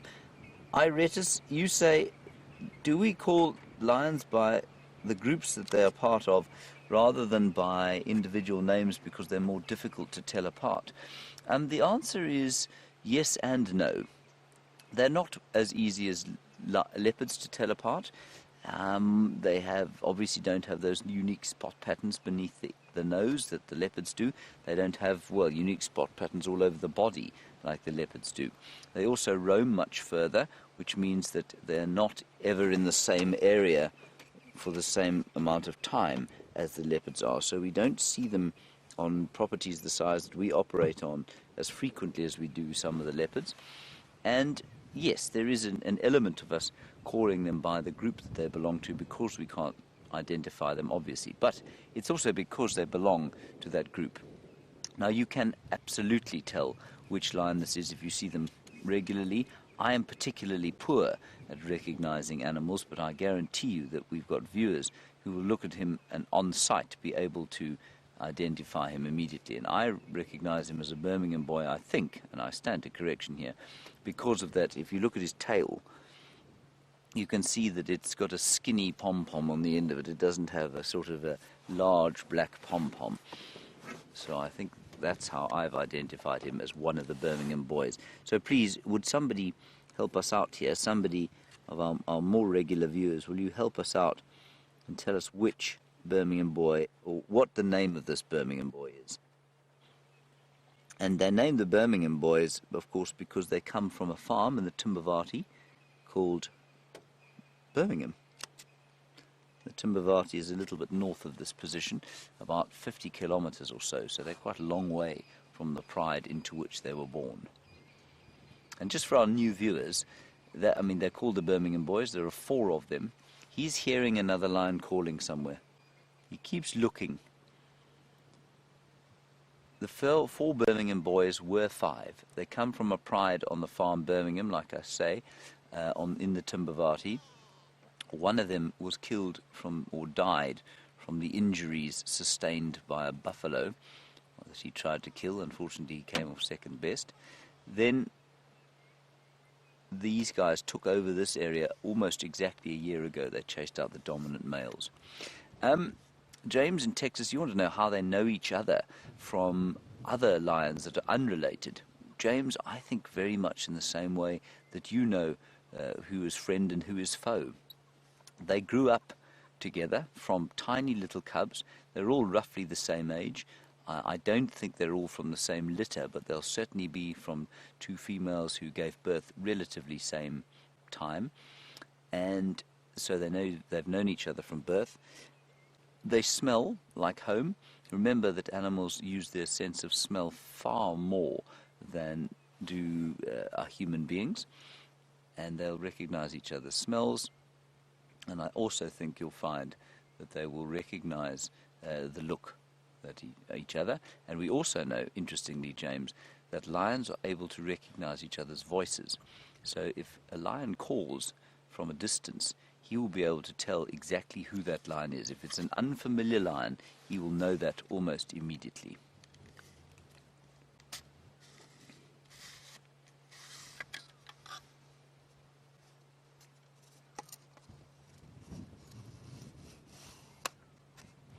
And John, you say this is BBoy number 3. So the Birmingham boy number 3.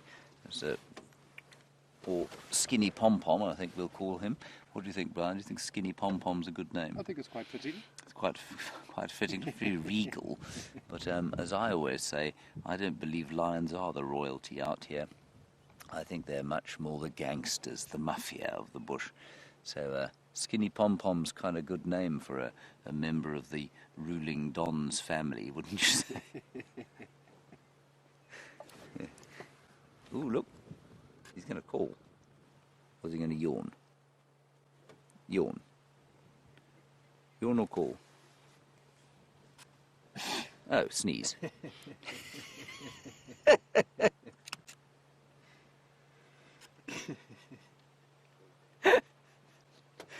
My interpretation of animal behaviour, as you can see, everybody, superlative. He's going to call or sneeze.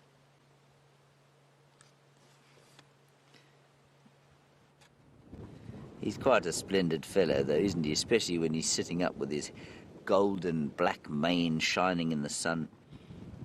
So much more regal than when he's sort of lying next to a rotting buffalo carcass in a pile of his own excrement, which is unfortunately what lions do.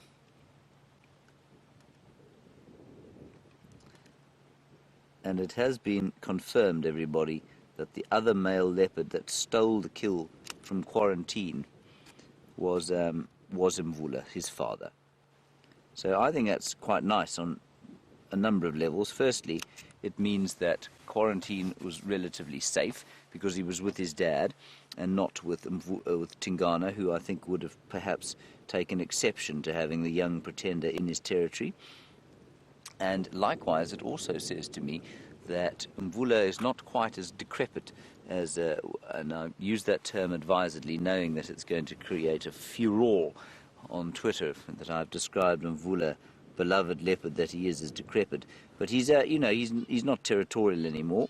But it obviously means he's still strong enough to handle a bit of competition from some youngsters, and it's clear that quarantine backed off from Mvula, so that's nice to know.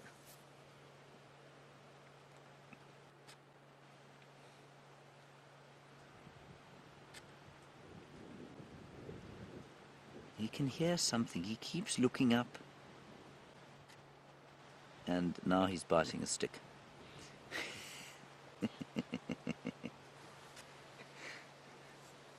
He's a lovely fellow, I must say.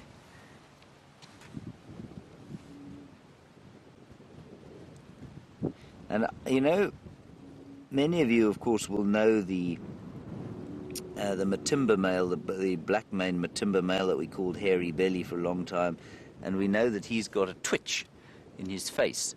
He's got that sort of twitch on his the left side of his mouth. This chap doesn't look entirely different. He also looks like he's got a bit of a twitch. Did you see that, Brian? Mm.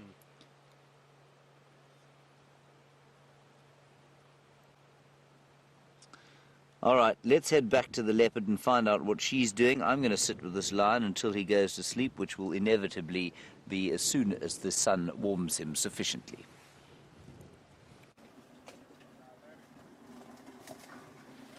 And welcome back. As you can see, we have managed to stay with the lovely Thandi.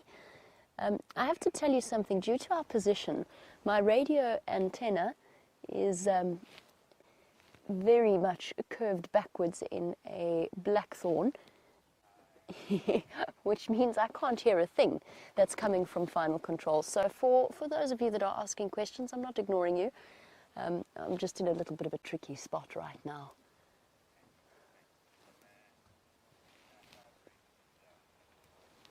There's also a considerable amount of chatter on the Game Drive channel. We are going to have to leave her at some point because there are other vehicles interested in joining us at this sighting. There we go. You can see how the wind is bugging her. She's still a little bit unsettled.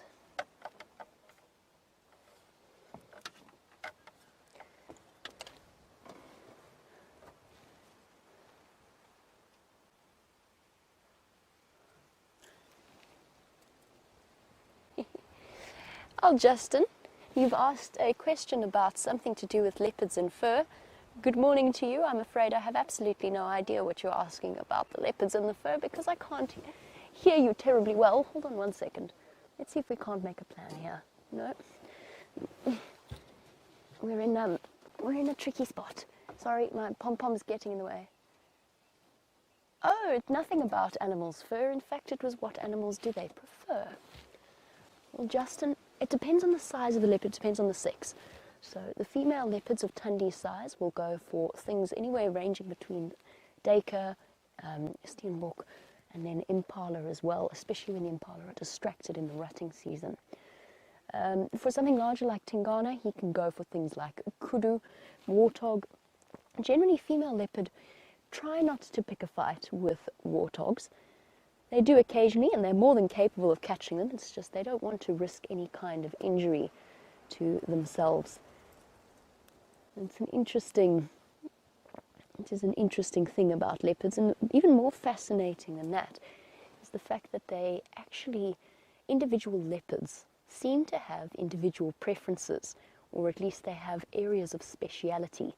So Tingana, for example, seems to be very good at hunting things that live in tunnels or in burrows. He very often catches warthog. I mean, we've had several warthog kills with him in the last few months. And apparently before I started working here, he also had earned a reputation as something of an aardvark killer, catching a tunneling aardvark. Some leopards actually learn to be sort of exist off scavenging kills from other predators. They're opportunists. Very, very clever ones. Both Karula and Shadow have made short work of a couple of male impala, since they've been so distracted. And while Thandi decides which way she's going to go, and I try and work out where on earth I am in order to assist others into the sighting, let's go back to James and his big cat.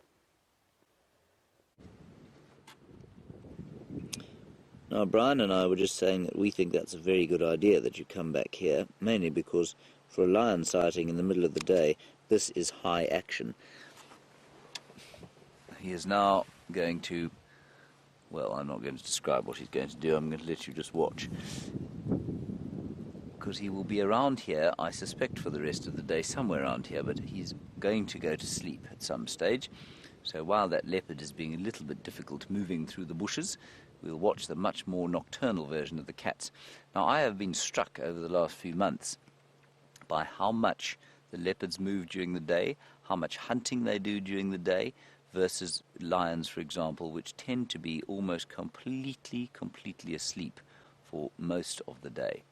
Leopards, I think, are much more diurnal than we think they are, and I think you'll find that in areas where there is pressure from human encroachment and from other predators, they will avoid the kind of movement of other predators. So, in this area, we know that the lions and the hyenas move around at night much more than they do during the day. I think that means that the leopards here are more diurnal than we think they are. And I also think that if you go to somewhere like the Cape, for example, we were chatting yesterday about the penguin-eating leopards of the Southern Cape, and certainly a friend of mine who lives on the Southern Cape coast had a leopard walk through her garden the other day. Those leopards are probably vastly more nocturnal, because the number of nocturnal predators in the area are that much smaller, but the human beings, of course, are very active during the day. And I think that's why the likes of Karula and Thandi and Shadow, often you'll find their tracks moving in the daytime. He looked almost like he was going to stand up there, but I think it became much too much effort. But the impala have just seen him. The impala over there behind us, they've just spotted him, and they're deeply concerned by his presence, as so they should be. And Joey, that ties in with your question about whether or not he would eat the baby buffalo from yesterday, and the answer is absolutely. He would devour it, and were he to come across it on his own, there would be very little that those other buffalo could do. But for that big buffalo bull that was with the baby buffalo yesterday, he would take great displeasure at viewing a lion like this, and he might chase the lion off. but easily a lion like this could take a little buffalo. Do you see his claws stuck out there, Brian? See, he's pushed his claws out. He's just cleaning in between them, biting his nails. He's probably just feeling a bit nervous. The crack of a branch off to the left-hand side of your screen indicating the presence of elephants. And the elephants, of course, if they find this fellow, will be very unimpressed. Elephants are not impressed by elephants. By lions, sorry. Kirsten, don't laugh at me. It's not funny. My lack of ability to speak. Well, we've had a rather good morning, I'd say, on the cat front. A great return.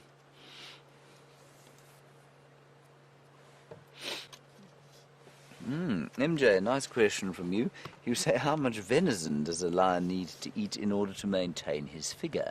Well, he is able, I'm going to work this out for you, but he is able to eat up to 20% of his body mass. Now, this lion is a pretty average-sized male lion, small to average, and so he probably weighs in the region of 180 kilograms. Now, I will work this out in pounds once I've done it in kilos. I'm not going to do it all the way in kilos.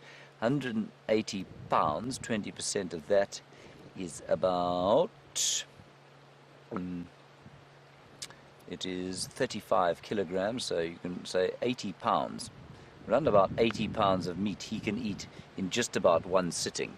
Now that, if he ate one meal of 80 pounds of prime cut venison, MJ, I think you'd find that it would last him for at least 4 days before he became very hungry again. So let's say, and he wouldn't have to eat again, I'd say, let's say 80 kilograms, or 80 pounds of venison per week, plus minus. Okay? Ooh, don't know if you can hear that. Elephant's going, ooh, ooh, ooh, ooh.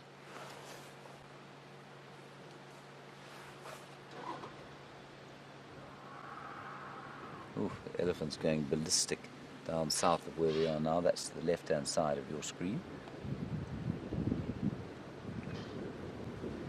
Look at his hair blowing in the wind. Isn't that nice? Morning. No problem. And Deborah, armchair traveller, you say he's having a good hair day. I think he's having an exceptional hair day, Brian. You, of course, have got wonderful hair. How would you describe his hair compared with yours? A close second to mine. A close second. But magnificent nevertheless. Yes, I agree. He has much better hair than me, everybody. I don't have any hair at all.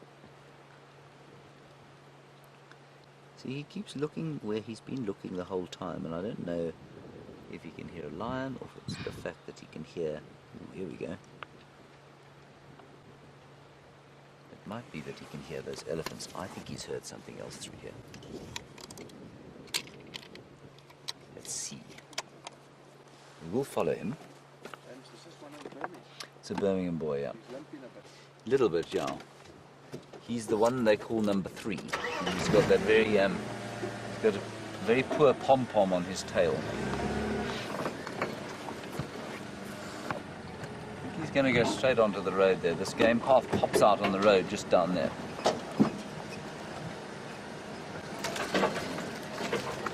Hold on, everybody. Here we go.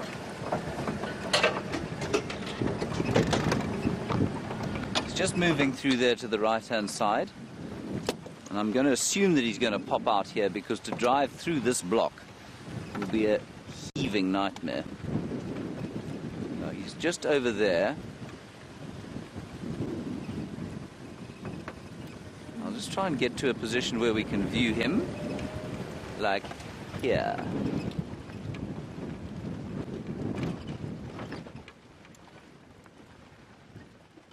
Sean in Chicago, a nice one from you. You want to know if there's an animal that hunts lions.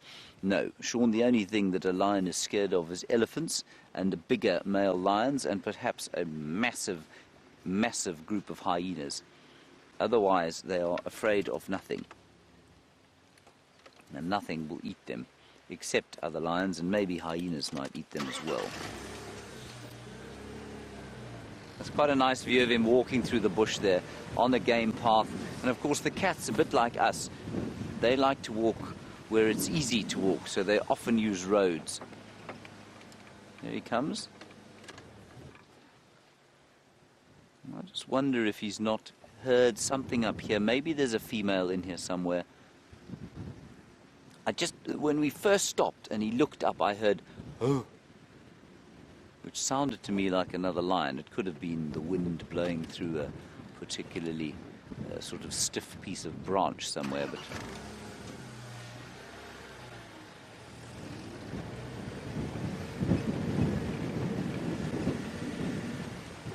he'll come out. There's some clearings just up ahead of where he's walking now. You can still see him there. I'm going to wait here. There's a gap in the road here. Yeah, did he?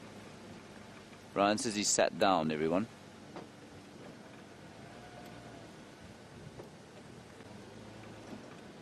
He may have just had a scratch. Is he lying down? Got him? Ah, yes.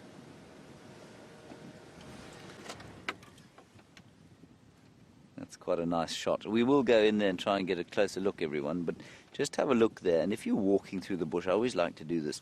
If you're walking through the bush, that is the kind of thing you're looking out for.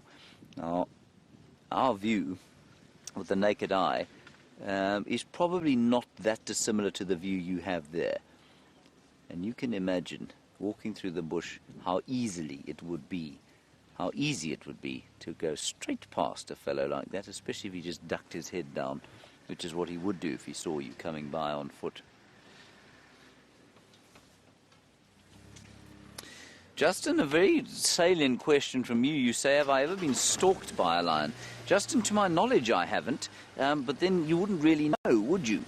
You do hear stories, and I mean, certainly there was during my training, you know, I've told you about the fact that we had to do these unarmed walks. I'm just going to try and find an easy way in here. We had to do those unarmed walks where we had to walk the reserve unarmed, which may sound like an insane activity if you don't know the area very well, but it isn't. But one of the guys who was training at a reserve near where I was, was doing his unarmed walks, and he wasn't very aware of what was going on around him, and apparently a lioness did start to stalk him, and he didn't realize, and a game drive came around the corner, saw the lion, saw him, and drove him between them, and he got on the car, and it was fine. I mean, I don't think the lion was very close to him, but it freaked him out completely, and he left the bush 2 days later. He wasn't able to come back and work here. So it does happen. What would have happened at the end of that story, I don't know. I'm very pleased that the game drive was there, but that was the end of his career. All right, we're going to try and find what's going on here. Let's go and find out what's happening with Thandi and Jamie.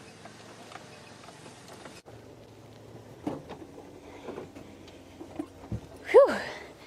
So Thandi's led us on a relatively merry dance, and we've actually left the sighting for now. We've pulled out of the sighting.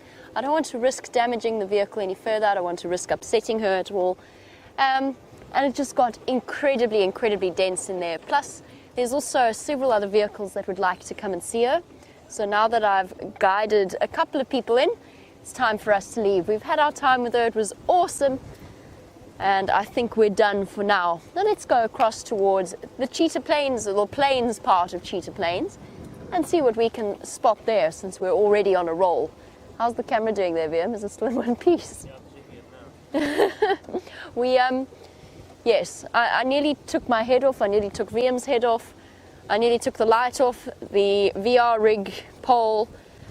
We acquired a passenger at one point that was wedged under the steering bar, and I'm relatively certain at some point I'm going to be changing a tire. But other than that, all is well on the back of Rusty. Whew. Just a couple of leaves. That was fun though. It was a thoroughly entertaining way to spend a morning. There's certainly never a dull moment out here. I think I'm about to bump into their sighting again, but let's try and go around and head through to Cheetah Plains. Oh, I hope Rusty's okay. Well, at least one of us has managed to keep track of their big cat sighting. Let's go back across to James and his lion.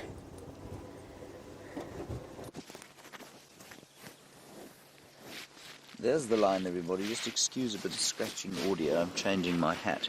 There we go. Can you still hear me, Brian? Okay. Oh, wonderful. The lion has done what all lions do at this time of the day, and that is go fast asleep. All cats, I suspect Thandi doing the same. And just look, walking in front of him, two Franklins. They were very cross earlier. They were going... There.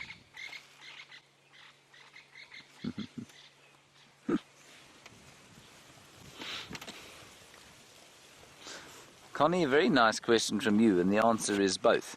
You say, does prey alarm call to warn each other, or to say to the predator, I've seen you? Connie, it's for both reasons. And absolutely they do it to warn each other, and they also want to say to a predator like this, we see you, don't come any closer. And normally it works. You know, like a leopard or a lion, if they're spotted by impala, they normally give up on their chase. A wild dog is something completely different, and unsurprisingly, therefore, they don't alarm call at wild dogs, they just run.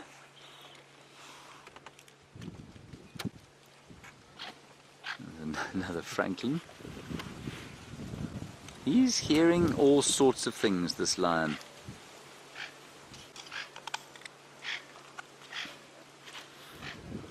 I don't know what he's hearing. Oh, that's a nice shot. Watch me miss it.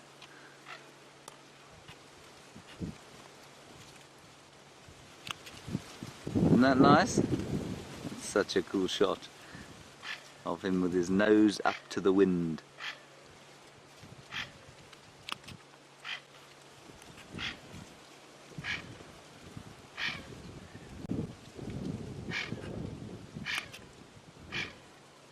Oh, I think that's lovely. I really think that's so special.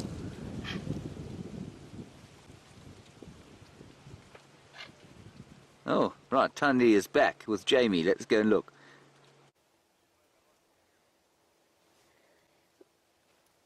We've just bumped into Thandi again. What wonderful luck. We're going to have one last view of her. I'm not even really meant to be in this sighting, but I accidentally found myself here. So we're just going to go forward a little bit. One last view of her before she disappears. Oh, there she is. Well done, Wium. And off she goes. So we won't be trying to follow her into this drainage line. I just asked them if I could join them very briefly and then come past.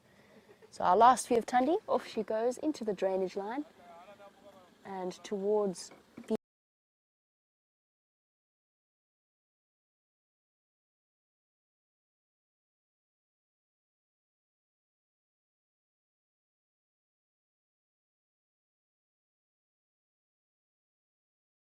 dam known as Juma Dam.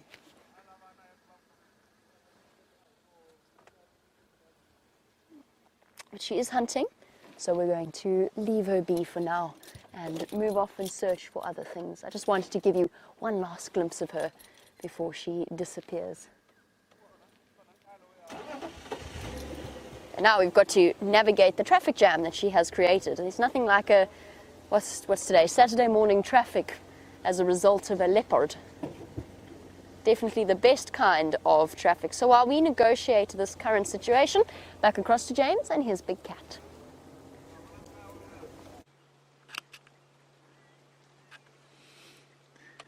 I think this is the most stunning picture, everybody. The winter grass, the lion with his face to the risen sun. Isn't he lovely? I'll tell you what, I'm seldom very satisfied by a lion sighting. They often leave me slightly cold because they're not doing anything. But this chap is regally staring about his domain. The colours are all beautiful, and of course the wind blowing around him is making a really sort of, not quite eerie, but expectant atmosphere. It's really lovely.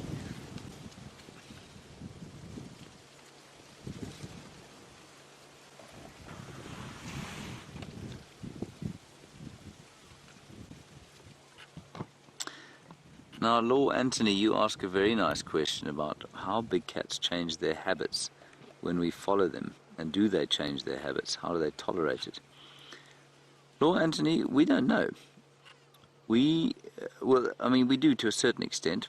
We don't think they change their habits at all. But there is no question in my mind that having a vehicle moving like our vehicles do around them, especially given the noise that they make, I have no doubt in my mind that they hear us, that the noise of our vehicles and the smell of our vehicles affects their ability to know what's going on around them. But they don't seem to change their behavior much as a result of that. And I think they become very used to it. And I don't think that, I don't think we affect their lives hugely. But they absolutely, they become habituated to it. So initially, if you see one of these lions for the first time, he'll be very kind of, not nervous, but he'll be very weary of you and probably watch you a lot more. These days, because they've become so used to us, when you drive through the bush following them, they don't tend to react in the slightest. They just get on with it, which I think is remarkable.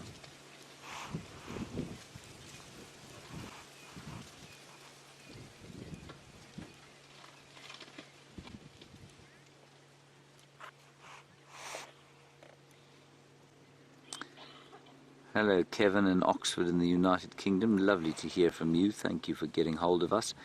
Kevin, you want to know why, if they are the top of the food chain, why it is that they are, why their numbers are decreasing. Kevin, it's simply because human beings are the great encroachers. They are the top predators in the area in which they live. So in protected areas, they're the top predators. But Kevin, they are by no means the top predators in the world. We are the top predators in the world. We dominate areas.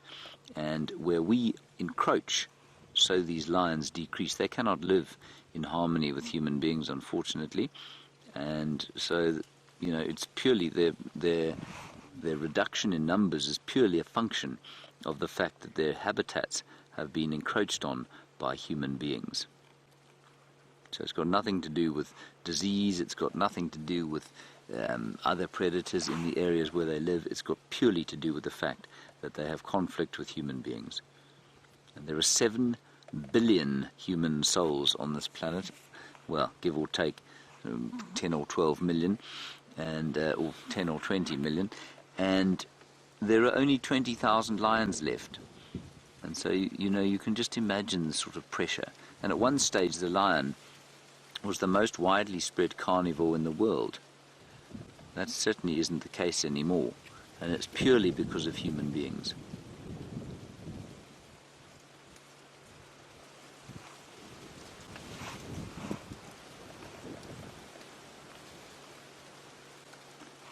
I think he's a lovely fellow, isn't he? I hope he looks up at us again. But I think he's probably going to do his sleeping thing now. Lions are exceptional sleepers. Much better than Bryan is at sleeping. Brian's very bad at sleeping, aren't you, Bryan? Yes.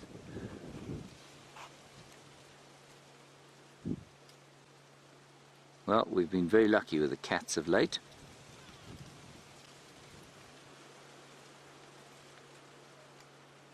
And hopefully that luck will continue.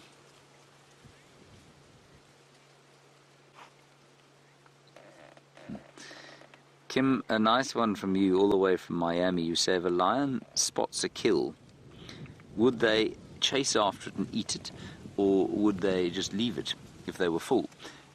Most of these cats are completely opportunistic, which means that if the chance to kill something arises, then they will almost certainly take it. And so if something, say an impala was to wander past here and it was a particularly gormless version of an impala and didn't realize that there was a lion around, he would jump on it, no question. If it was a And the reason for that is because, you know, they are opportunistic. They'll take whatever they can. And you hear stories, for example, of wildebeest being introduced to an area, unconditioned to lions, and they're released from the holding pen or the quarantine area. Lion pride will come into the area, kill 5 or 6 of them, eat 3 and leave the rest. Because they're just, you know, there's no real point, or they can't eat anymore, they're unable to eat anymore. So they're completely opportunistic killers, and they'll kill as often as they possibly can. However, now let's say a buffalo walked past down the road here, and he was full. He'd weigh that up. Buffalo's difficult to kill, he's not very hungry, so he probably wouldn't go for it. But if something stumbled upon him and didn't realize, yes, then he'd absolutely smash it. I think we're going to spend another 3 minutes or so here, and then we'll press on and see what else we can find. Because I don't think he's going to do anything further than he's done now.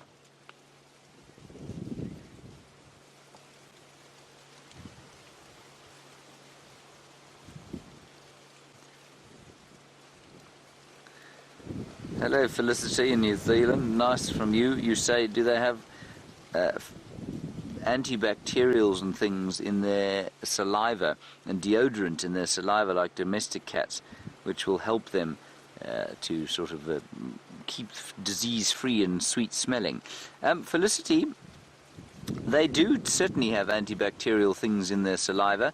It's why they lick their sores and their injuries so profoundly all the time. When they are sore, but to say deodorant, I think, would be to go a little bit far. Certainly, a lion is a smelly creature, and I've never been past one that doesn't smell smelly. So I don't think it deodorizes. No. In the same way, you know, domestic cats that I know, I've always felt have smelt quite catty, and especially as they get a bit older. So, Felicity, yes, many of the same kinds of properties that the saliva of domestic cats have. Deodorant, not so much, but I would say certainly antibacterials. And I think that they clean themselves so fastidiously of blood. Lions less so than leopards and cheetah, but they clean themselves so fastidiously after they've eaten, after they've killed, because, of course, the chances of getting a disease if you're covered in gore are very high. So you can get quite sick if you're covered in muck.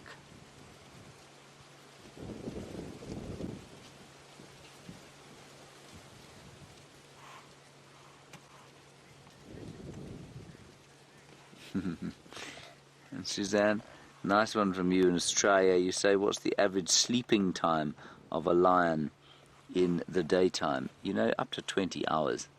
It really is astounding how long these chaps can sleep. I don't think it's always 20 hours, but it can be up to 20 hours, certainly, Suzanne.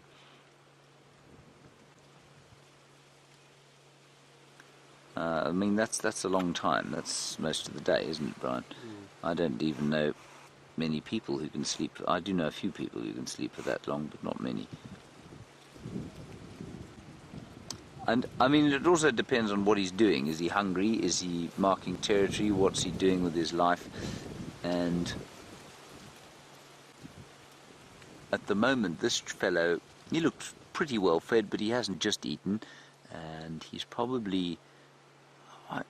You know, they're often alone, these Birmingham chaps. It's normally 2 of them together, always, and then 1 and 1. Sometimes all 4 together, but very seldom these days. And so he is probably one of those 2 loners. And this is the sort of territorial march that we've caught him at the end of. I heard a male lion calling this morning. Maybe it was him. And he's now come to the end of his territorial march. And he's going to snooze here, I think, for much of the rest of the day.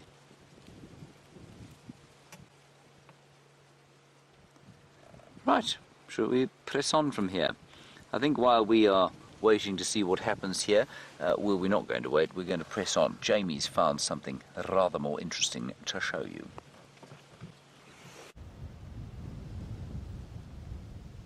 Oh, we've got a lovely sighting of a couple of huge bulls around 3 in a row pan. Because it's so windy, I'm just keeping some distance between us. We're not going to keep it that way. I'm just waiting for our big must bull to move out onto the road, and then we'll go and catch up with them. I've just noticed something on our bonnet.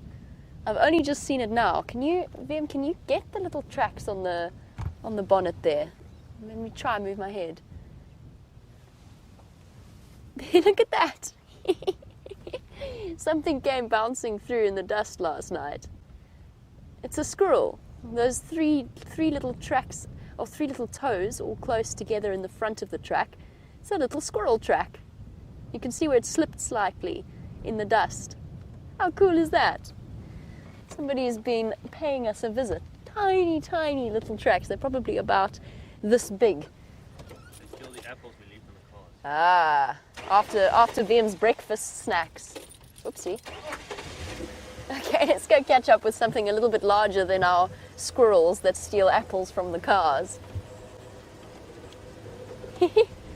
You can't see it from where you are, but I can actually see where it stopped and turned and jumped from the tracks, where it slipped. Its feet have slipped on the dust.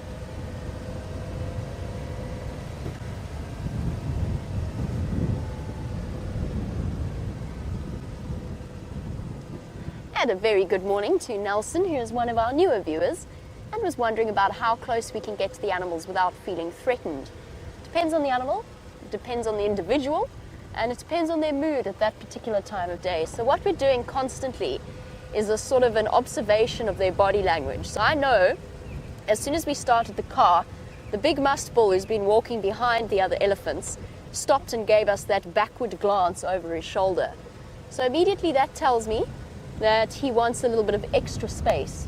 Now, on a day like today, it's incredibly windy, which always unsettles everything else out here. So you give them a bit more space than you would on a normal day, on a still day. But that being said, he's thirsty. His desire for water is the predominant thing that's dictating his behavior. And if we stop, we're just going to stop here. We're going to watch them from here, because if I go around to the other side, then I'm not going to have any kind of an escape route if he does decide to get upset with us. That being said, Nelson, each and every single one of these animals has grown up from very, very young with the presence of safari vehicles. So we're fortunate in that they're all incredibly habituated to us. And whilst we certainly interact with them on some level, there's no way that we can claim that we don't have an impact on the animal, that they don't acknowledge us or see us. There's nothing out here that wants to hurt us or attack us. It's just a matter of reading their behavior and being as respectful as possible. Now, the elephant is the undisputed, especially a big bull elephant like the ones we've got in front of us, undisputed kings of our jungle. And it's important that we treat them as such. Tasha, you were wondering if the elephants, kind of like horses, can sense whether or not you are afraid. Yes, I'm absolutely certain that they do. And particularly with bull elephants, it's not really a message that you want to send to them, because the male elephants can be quite keen on asserting their dominance at times. So you don't really want to provoke them in any way. I feel that they read fear. I think most of the time it doesn't bother them. But it is an important aspect of the way in which you handle sightings. And sometimes we get bull elephants that are very curious and that want to come right up to the car and have a good sniff, maybe even at times touch the vehicle. And it's a personal preference. I never let them touch our vehicles. But it's very important in those situations to make sure that you maintain control. The worst thing that can ever happen in the bush is that somebody panics. And that's one of the reasons why I don't let elephants touch the vehicle, because I know Wium. I know that he has nerves of steel and he absolutely knows what he's doing in the bush. But if you have a vehicle full of passengers, some of whom have never seen an elephant before, having an elephant right up close, speaking from experience, does bring home just how large they really are. And you can't predict people's responses. You can predict an elephant's behavior, but you cannot predict what the people on the vehicle are going to do. So I don't want the elephants learning that it's okay to touch the vehicles, because it might not be my vehicle next time. It might be someone with a vehicle full of people who've never experienced an elephant before. and a scream at the wrong time or a sneeze is definitely going to have a negative impact. You guys can hear just how windy it is. We're downwind of the elephants at the moment, and the wind is just howling across this open area.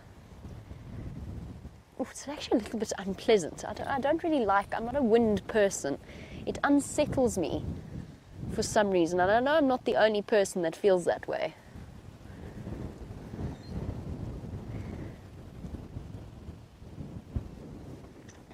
Okay, now that they've moved off a little bit and they seem to be distracted by each other, we can sneak a little bit closer. Now we've got a group of males here at the moment, and a good morning to Tammy in New Zealand while we attempt to hide and shelter ourselves from this incredible howling wind. I'm trying to keep my cap on my head. You want to know if it's more common to find elephants in big groups or little groups. Depends on where you are, depends on the time of year. So yesterday we saw a herd or several herds all joined together. It was probably about 50, if not more, elephants in that area. And that's relatively common where they're sort of coming together around a water source. There's not all that much water at the moment in the Sabi Sands or in the greater Kruger Park area. So the herds get a little bit larger. But then in Botswana or in Zambia, you might see herds of 100, 200 elephants moving through an area. It's very area dependent, it's very seasonally dependent, and rainfall dependent. Oh, having a lovely one last trunk full of water before they move off. And the breeding herds consist of females and their offspring and the occasional attendant male. But when you see bachelor herds like this, they will invariably be much smaller than your average breeding herd. So bull elephants come together for a little bit of company, maybe a bit of practice sparring, and then they move off on their own. So a bachelor herd of elephants is a very fluid thing. They come together and then move apart. And these guys are moving off. I've just got a full whiff of elephant bull coming into must. The largest of them is I think either just entering or just leaving his must cycle. That time of a male elephant's, every couple of months they go into must, M-U-S-T-H, where their testosterone levels go through the roof and they get a little bit antsy, let's put it that way. Oh, and we're about to accidentally interrupt somebody's drink stop, which is definitely not what I intended to do. I think we'll change our direction. We'll watch our Ellies move off, and then we'll change our plans. It's wonderful to see 3 in a row pan once again, with a little bit of water, actually quite a lot of water. Well, they've had a thoroughly enjoyable coffee stop. They've had elephants come and join them. And while our Ellies wander off, yesterday we were treated to a wonderful sighting of a full-grown elephant lying completely flat. But Caleb, good morning, you wanted to know what you're trumpeting at, Ellies? What was that all about? Oh, there's a breeding herd off a little bit further. We must have just missed a breeding herd coming through here. We're not going to try and follow them. They sound upset and it is very, very windy. Sorry, Caleb. I'm just watching what's happening with the drink stop. They're packing up very fast because there's a whole load of elephants coming behind them. You can't really see them behind the trees. There you go. You can see them packing up. All the guests back on the vehicle in a hurry. Happens. Sometimes you're just having a casual coffee stop and something wanders through. I've had lions wander through, elephants, rhino. I think let's give them some space and move around. So Caleb, yes, elephants will sleep lying down, even full-grown elephants, but they won't sleep as long as the babies do. So babies can lie down for up to an hour at a time and have a long nap, rest up during the sort of period of their life where they're doing all of their growth. The adult elephants often will lie on a termite mound or against a tree just to make getting up a little bit easier. And it's more common to see them sleeping standing up. What you'll often see on quarantine, or what we've often seen on quarantine, is big males. They walk up to a marula tree, flop their trunk over their tusks, and then they just put their heads on the tree, just sort of rest it there and have a quick doze. One of my favorite things to see is a sleeping elephant. And it generally is dozing. It's not really a heavy sleep for the adult elephants. That being said, I've accidentally walked in on a bull elephant that was fast asleep. He never knew I was there. From the moment I saw him, he was probably about 20 meters away in thick vegetation, and I just stood and watched him sleeping. He was snoring slightly before I moved off. He had no idea. Didn't even stir.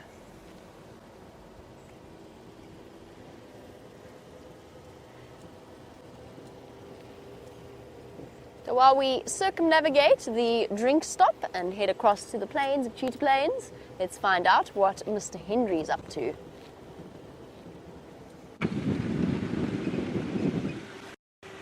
Well, we haven't found anything else, everybody. We did sit with that lion for another 5 minutes or so. He did stand up briefly. We thought there was going to be action, but I turned on. It was Bryan adjusting his hat.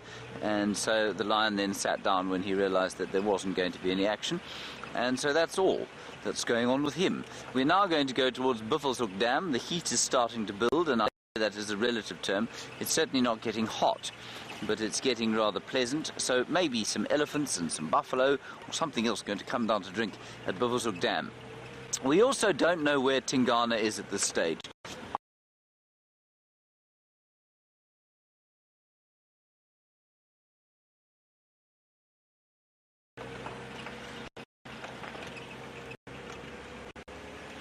There were those male leopard tracks, everyone, around Buffelshoek days ago, definitely with a territorial marking, and so maybe he's around there. There's a zebra here and koalas. I suspect quite strongly the same ones that Jamie saw very early on this morning in the same place.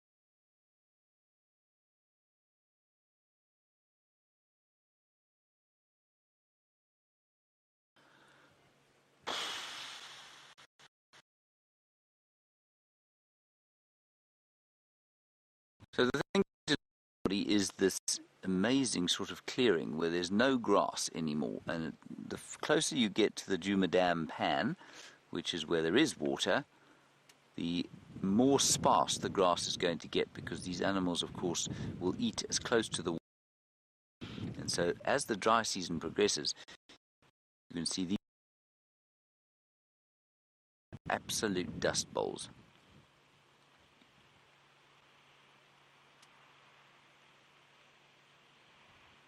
You can hear the wind coming up now. It's a big southeasterly now.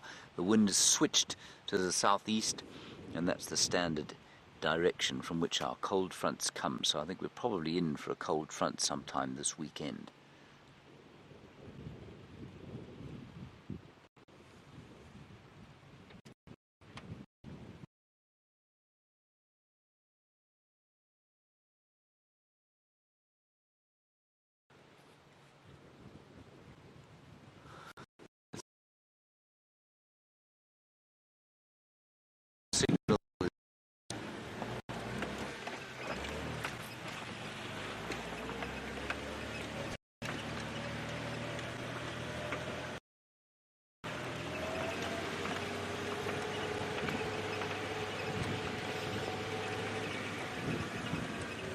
All right, we should be okay now. Shamrock, we haven't heard from you for a while. Welcome back. Lovely to hear from you. You say, do I think that the habituation of animals is going to change the way in which they adapt from an evolutionary perspective to conditions around here? No, I don't. I don't think it's going to make any difference. Remember that there are various debates as to how quickly evolution can happen, but what isn't up for dispute is that it doesn't happen sort of within a couple of 100 years. And so I really don't, it's much too soon to say what effect we would have from a natural selective point of view out here. I mean, if animals were to become, let's say, For example, let's pretend that there was a pride of lions that developed the ability, and I don't mean learned the ability, they had a random genetic mutation that made them use vehicles as ways to hide from potential prey species. So let's say that some lion one day was born with the innate ability to get behind a vehicle, and he realized that he could use a car to sneak up on animals, because if he walked behind the car they couldn't see him, they couldn't smell him, and they couldn't hear him. Well then, yes, that kind of gene would then be perpetuated for certain. But I really don't think that something like that is going to happen. I might be wrong, but unless, only thousands of years will tell us. There's a very strong wind blowing, Brian. No! Good grief. Don't fall off the back.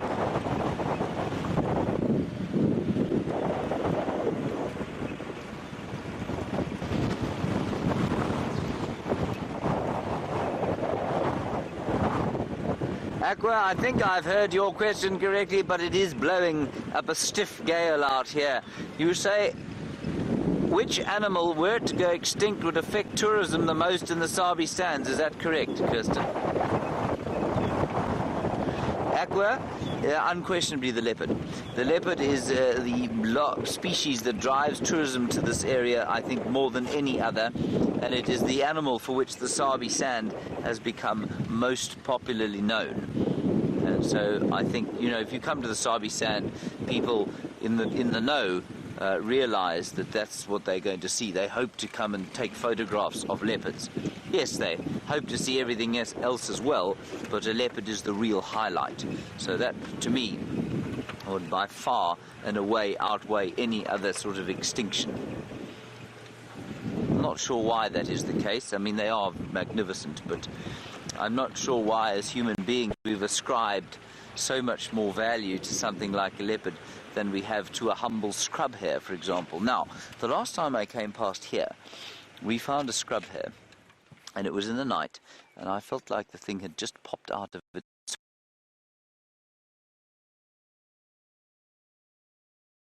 Oh, no, man.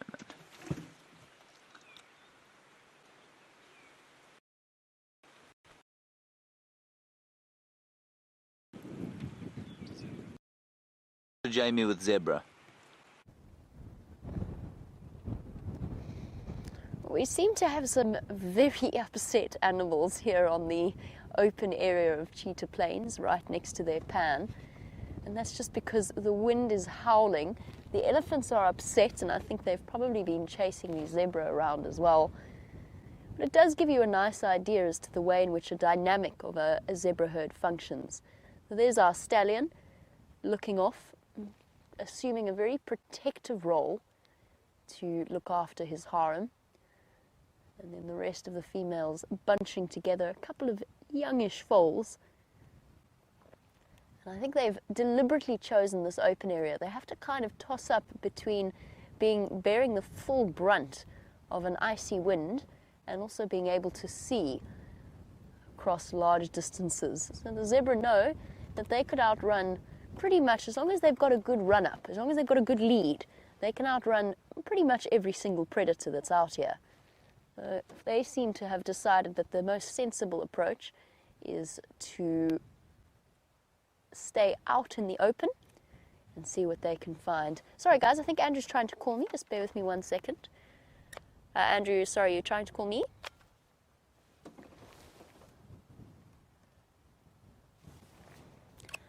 Negative. Just a couple of flamme love around between 3 in a row pan and cheetah pan. Andrew, where did you leave Thandi?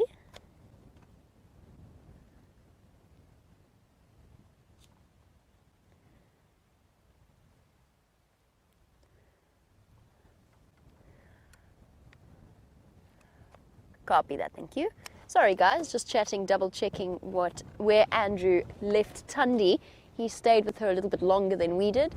It seems as though she's disappeared into the drainage line around the dam called Djuma Dam.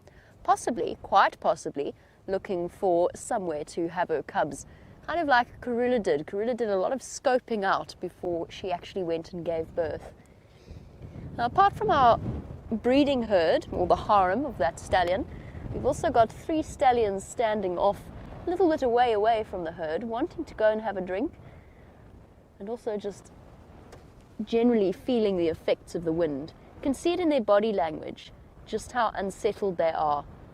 Some constant turning of the ears, jumpy movements, jerky movements. Yo, this is intense! Wium, we don't even need to start the car. If we play our cards right, I'll just spread my jacket out and we can sail home.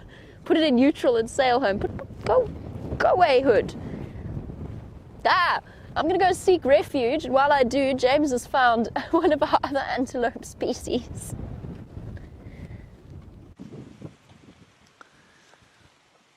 Everybody, look at the pretty colours there, the kudu in the woodland. I think it's very pretty indeed. And the kudu are not alone, of course, are they, Brian?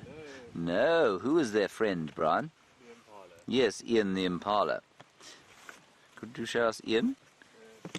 Or was Ian behind the bushel? Let us go forward so that we might view Ian as well.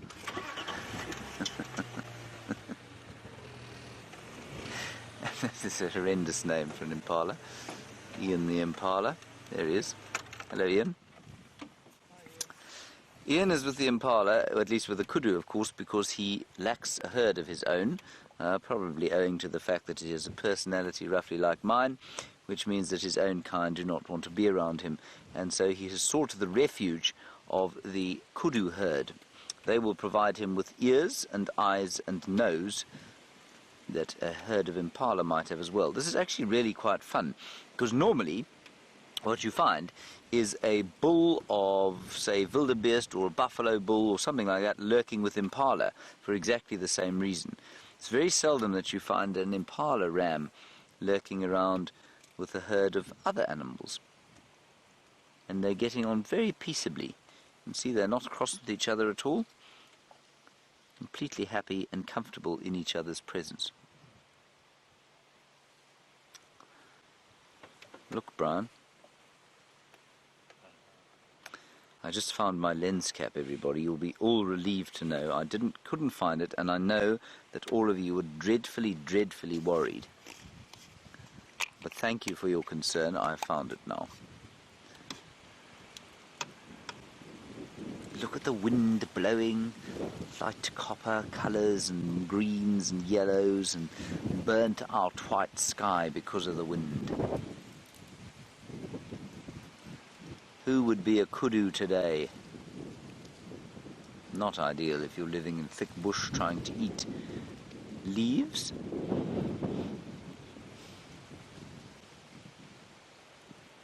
This is really quite a good sighting, I must say.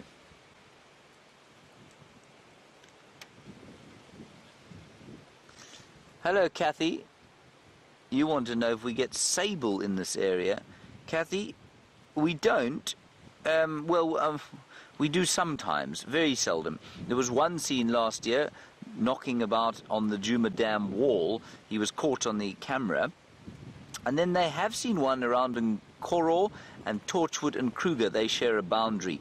And that corner that is their boundary, it's known as Kudu Corner, is an area where sable have been seen once or twice in the last in the last year.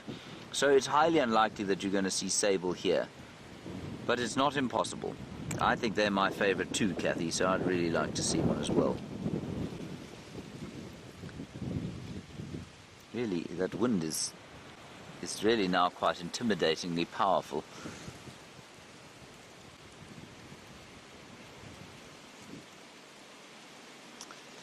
Hello, Aqua.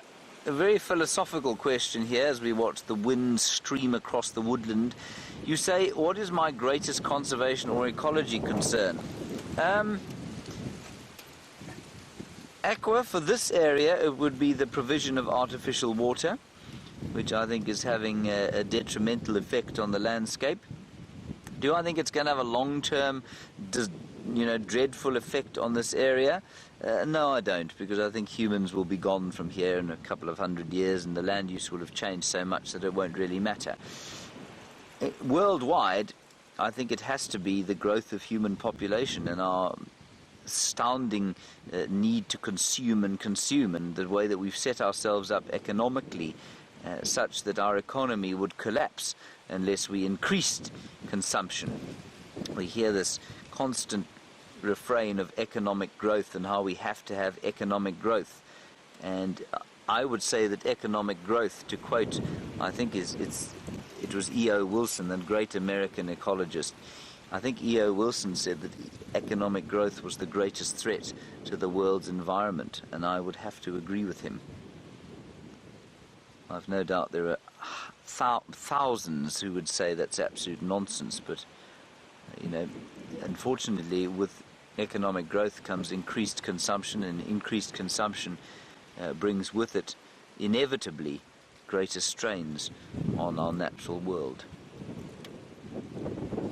Right, that was a wonderful antelope sighting with a beautiful question. Thank you very much for that question, Aqua.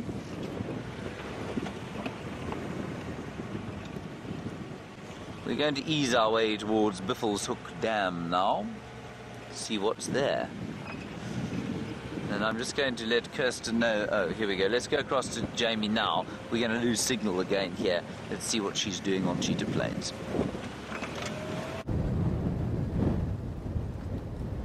Here's a word of advice. The plains on Cheetah Plains is not really the place to be on a windy day. I'm about to be blown away. I can't really hear anything. I definitely can't really see anything. And all in all, it makes for a rather tricky guiding experience. Although I've just been told by one of the Chitwa guides that there are bush babies in a tree. So we'll probably go and have a look at them once we've checked the boundary for any of the cheetah that might be here. Those cheetah brothers that we often see.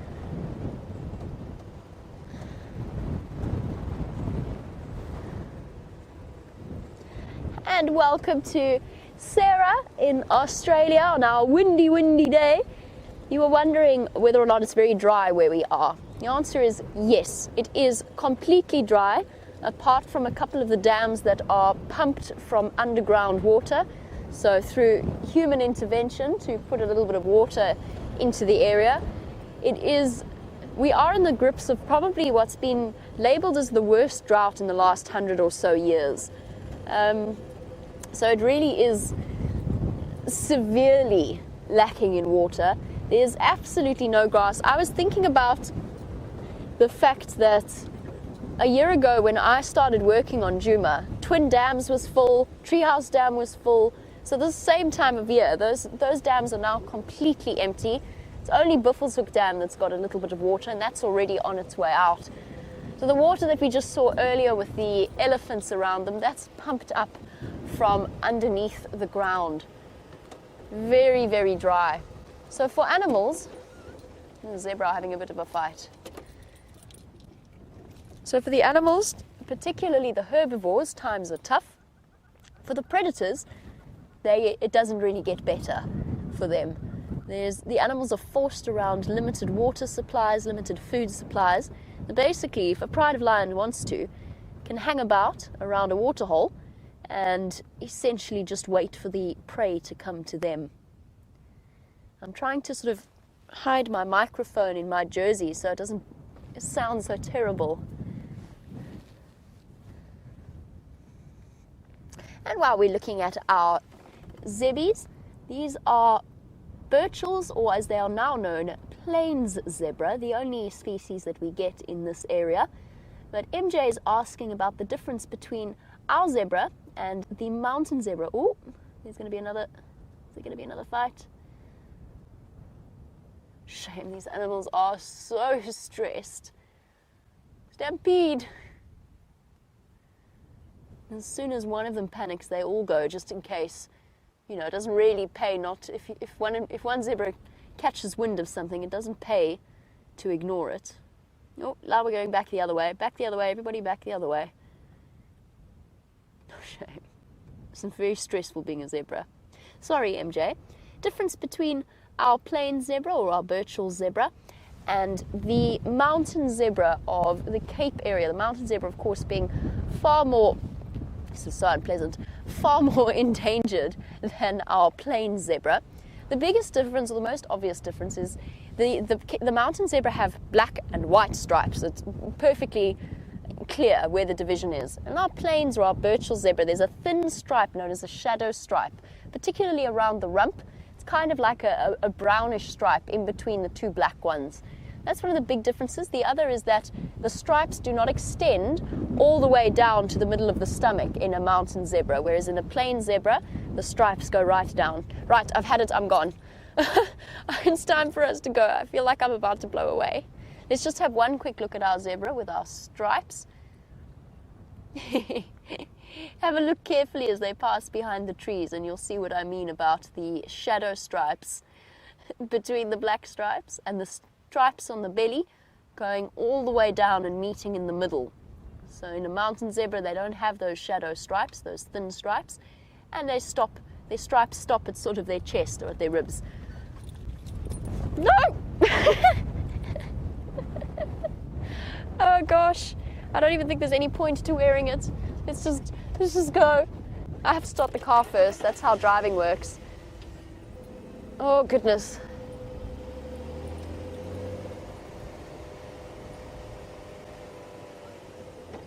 Well, this wind is actually not that unusual for this time of year, but Greg in Michigan, where I believe you do get the odd snowfall, I believe, you were wondering whether or not we ever get snow here.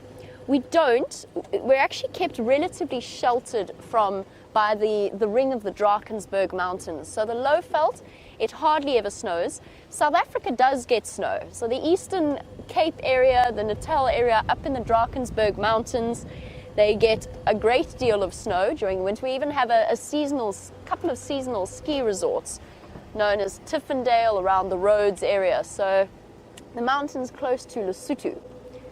So yes, they get snow, but we definitely don't. If it snows in the Lowveld, then we have a major climate problem on our hands. And even Johannesburg has had a couple of inches of snow over the last few years, up in the what we call the Highveld as opposed to the Lowveld. So Johannesburg is one of the highest in terms of altitude cities in the world. Let's go see these bush babies. I want to see where they are, hiding in this tree somewhere. Oh, there. That's not a bush baby, that's a squirrel. Am I completely mad?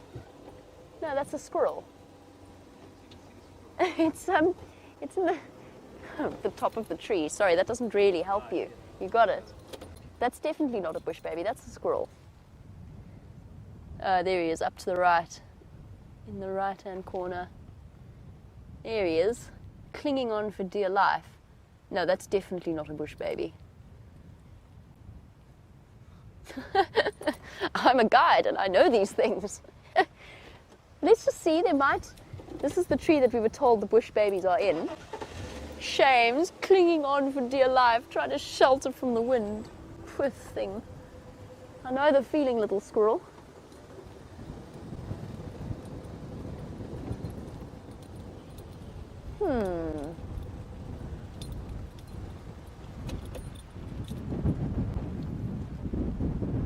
I was reliably informed that there are bush babies in this tree somewhere.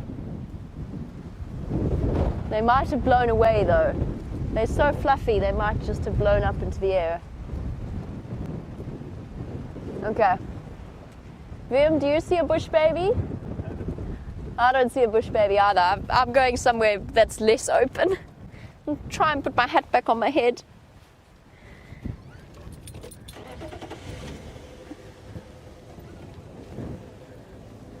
Okay, let's go and get back to somewhere a bit more sheltered because this is getting ridiculous.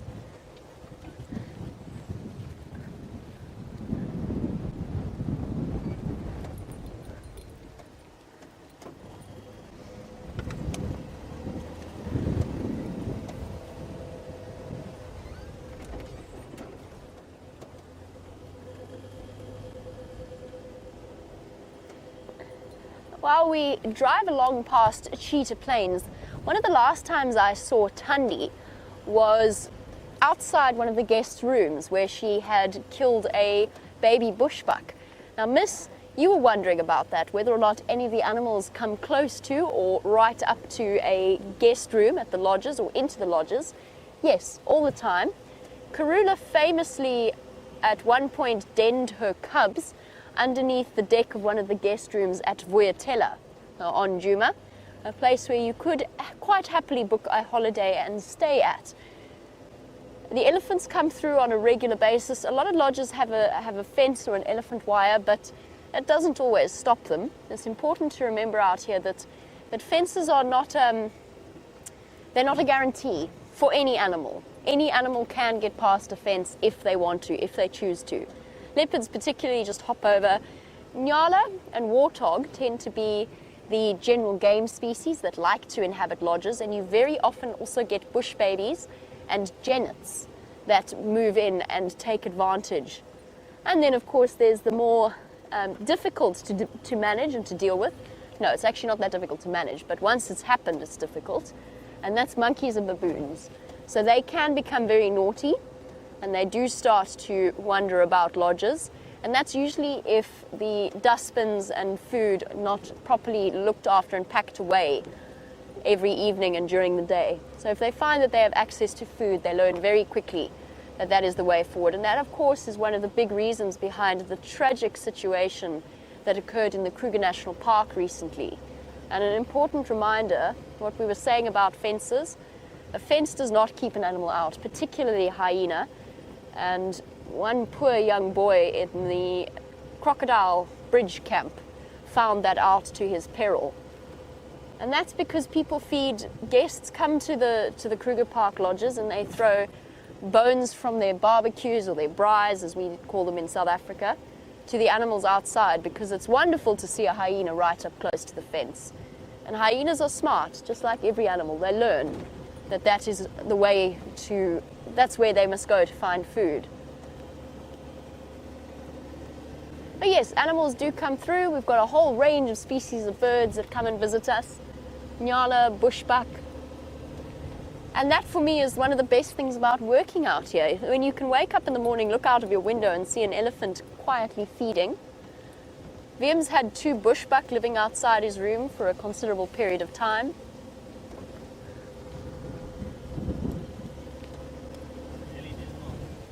And an elephant, apparently.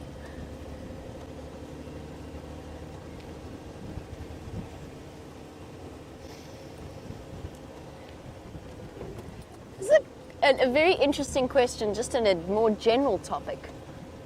For all of us that have worked as safari guides over the last few years, James Richards, good morning. You were wondering what is the most common misconception about being a safari guide? I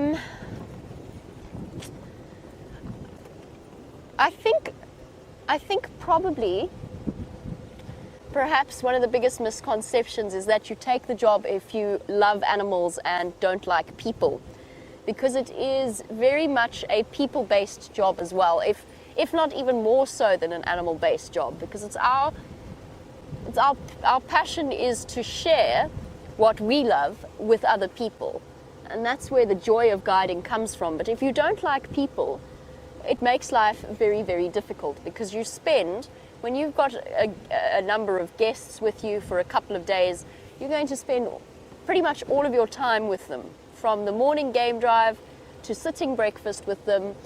You might get an hour or 2 off in the afternoon if you're lucky, maybe not in winter. You might have to take them for a walk. Then you go out in the afternoon and then you host dinner afterwards and sit with them until, depending on the lodge itself, you sit with them until they want to go to bed. So it's very much a people-based job as well. Of course, what we do is ever so slightly different, because we speak to a camera, but at the same time we speak to a much larger audience around the world, which is why your questions and your comments are so incredibly valued, because I found it very strange in the beginning to not have people on the back. No, I mean, obviously we've got the cameraman, we've got Wium on the back, but I found it a very strange experience initially, until I got used to the idea of questions and comments coming through and actually having a conversation in that way. You know, Leaf nearly smacked me in the face. That's probably one of the most common misconceptions, James. There's quite a few others. One is that we just drive. That's one of the more negative of them, is that we're basically a glorified taxi driver. All we do is drive around and take guests to different places. And that's not, of course, what it is. And I had a few of those comments when I first went into guiding from people that I knew, people that were familiar to me throughout my childhood and my teenage years, and they're all sort of, some of them, just one or two, but some of them basically called me a glorified taxi driver. And that's one of the common misconceptions as well, because that's not at all what we do. There's a lot of thinking and a lot of thought that goes into conducting a game drive. Trying to escape this wind doesn't seem to get any better.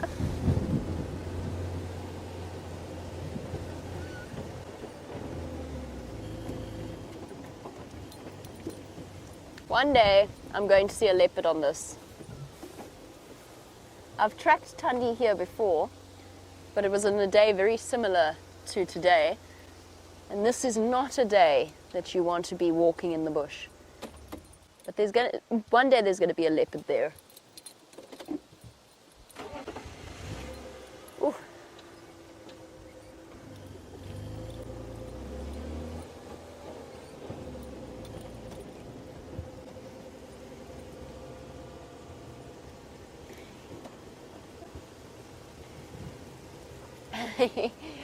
Very warm welcome to Justin on the subject of guiding and safari guiding. He wants to know what is something that tourists do that absolutely infuriates us. You'll find each and every one of us has a pet peeve. I'm trying to think what mine would be. I've got used to most of the...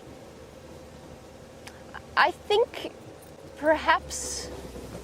Oh, it's such a difficult one to answer, Justin, because a lot of it doesn't come from a malignant place within a tourist. It's just a position of pure ignorance.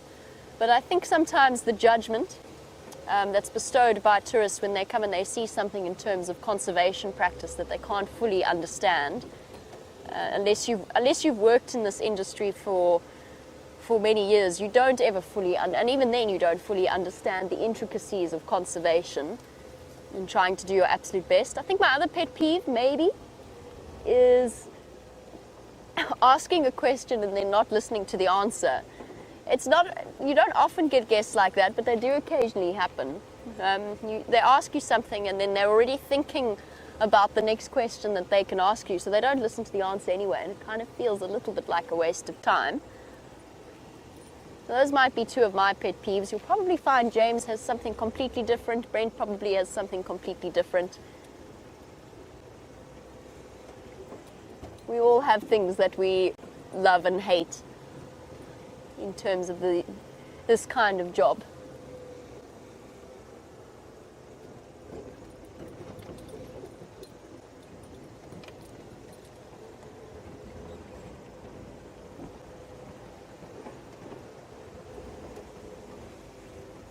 There's one other thing that bugs me, but it's not really a tourist fault.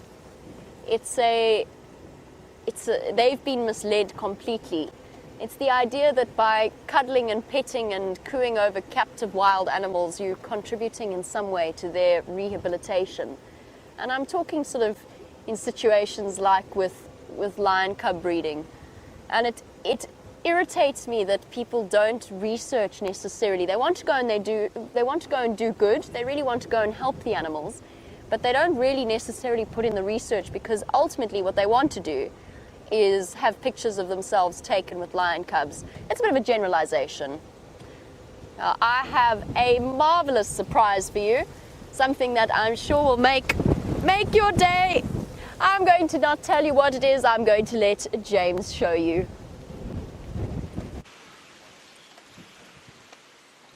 Well, everybody, where there is death, there is life, and there is death in the tree there that you can see. And it was made by Karula, the queen. Not found by us. I would love to claim some kind of credit for this. This is entirely the work of Herbert, who's just called us in here and he's found these two, or these three beautiful leopards. Isn't that special? There she is, the youngsters are around her on the ground here somewhere. And what an amazing joy this is. Brian, I still can't see the kill. Have I gone blind? In the big Scotia tree there. On the right-hand fork. I'm just going to try and discover what she's killed. Ah, yes, I'm unsighted. I can see now why I couldn't see it. It looks like yet another duiker has met its end. Looks like Georgie boy to the left there. Charlotte's just gone off into the bushes to the right-hand side of your screen. Ah, marvellous.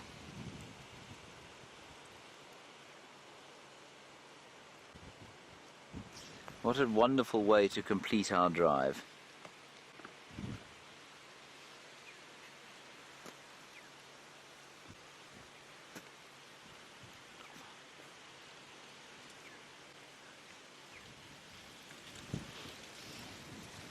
Let me just sneak a little bit forward.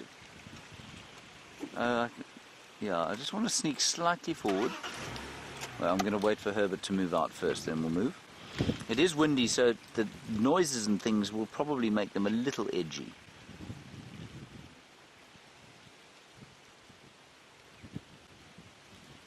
Just wonderful. And she's not edgy in the slightest, of course, completely confident.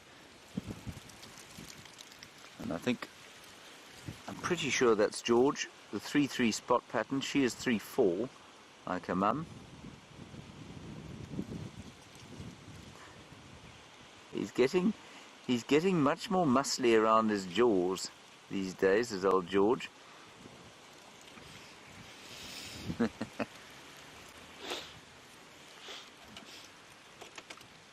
Let me sneak a little bit forward.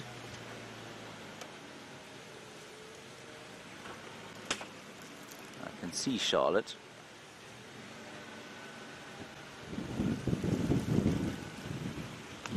And Anna-Marie, you're wondering if I notice a difference in the smell between lions and leopards. Anna-Marie, no, I don't. I don't notice a difference at all.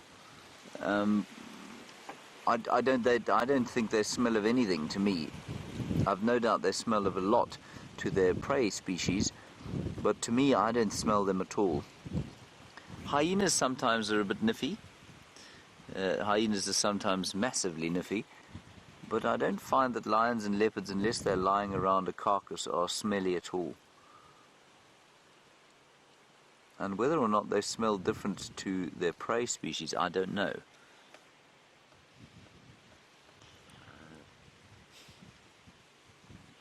Hello, Jake in the United Kingdom. You want to know where on Juma Karula is? Well, here comes Charlotte.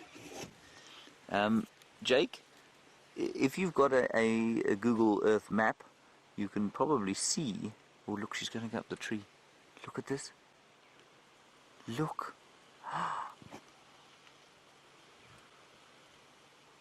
What a clever girl.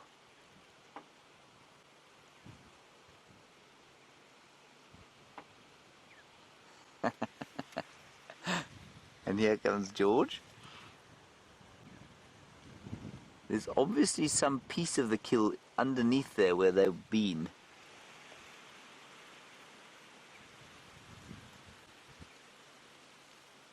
That's fantastic.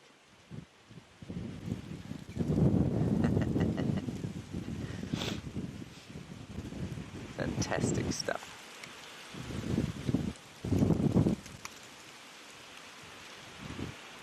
And the wind is absolutely howling here. So if you've got a Google Earth map, Jake, what you do is you can find the road names actually, and Treehouse Dam is about 150 meters to the left of your screen, so to the west of our position. We're on the drainage line that leads out of Treehouse Dam. Savage's track to the north of this drainage line, Treehouse Dam to the right of our drainage line. And if you don't have the road names, which you should be able to find there, if you can't, then we are basically in the middle southern section of Djuma. Middle to southwest section.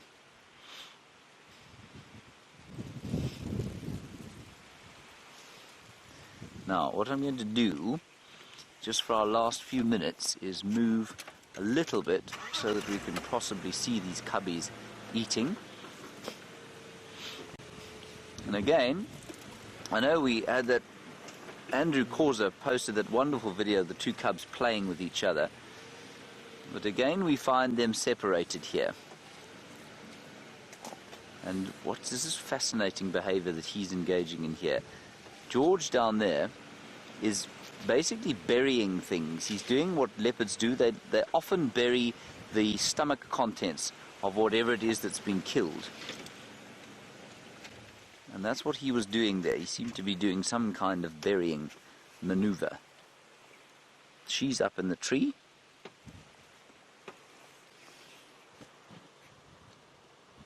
That is definitely yet another hapless duiker.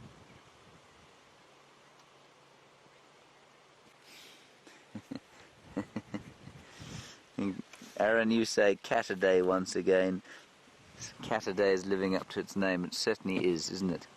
What a day. Did you see her hiss at him there? She definitely gave him a nasty little growl as he looked up at the tree. Now, look at this. He's thinking about going up the tree. No, he's not. He's just laying down at the base. And he's not going up the tree at the moment. He's thought better of incurring the wrath of Princess Charlotte.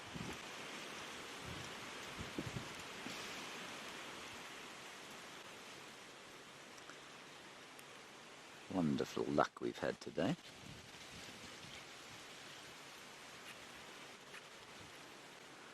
And Cat in Tampa, you say George is a little roly-poly. I'm not sure what you mean by that, but I can kind of get the idea. She is very hungry. Very hungry indeed. Again. Feeding these two, I don't think, is any mean feat.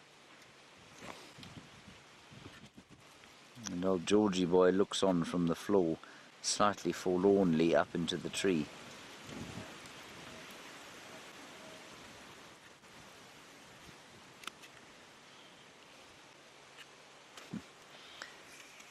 What a perfect way to end our little drive.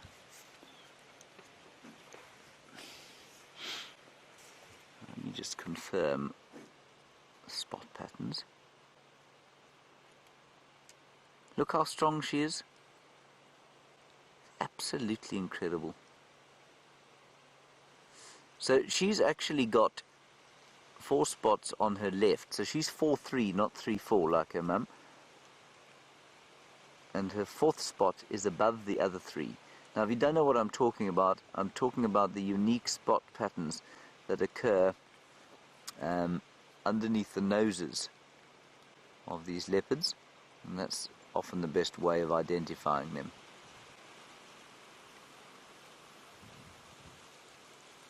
This is just unbelievable, eh? What a sighting.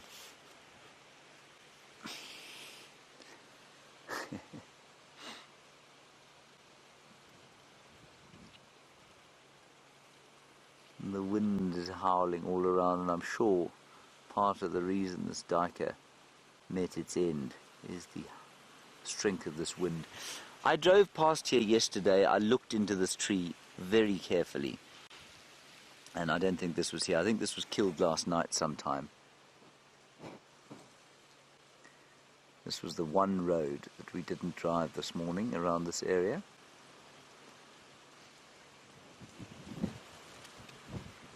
Right, well, the prospects for the afternoon are very good. I've no doubt Jamie or I will come and spend a substantial amount of the afternoon here. And and we'll be out before, of course, anyone else gets mobile. So that will be the plan for the afternoon. We're going to have to love you and leave you here on Catterday from the middle of Juma. Big thanks to Kirsten Mack-Smith in the final control, terrifying woman that she is, being helped, I think, by Chelsea Byrne this morning. A big thanks to Jamie Patterson for finding the other leopard on the other part of the reserve. And Bryan, of course, to you and your suited thumb, well done. Mostly to all of you, especially for your questions other than about exactly what we're seeing. We've had some wonderful conversations today. Thanks for those. We'll see you later at 3 o'clock this afternoon. Bye-bye.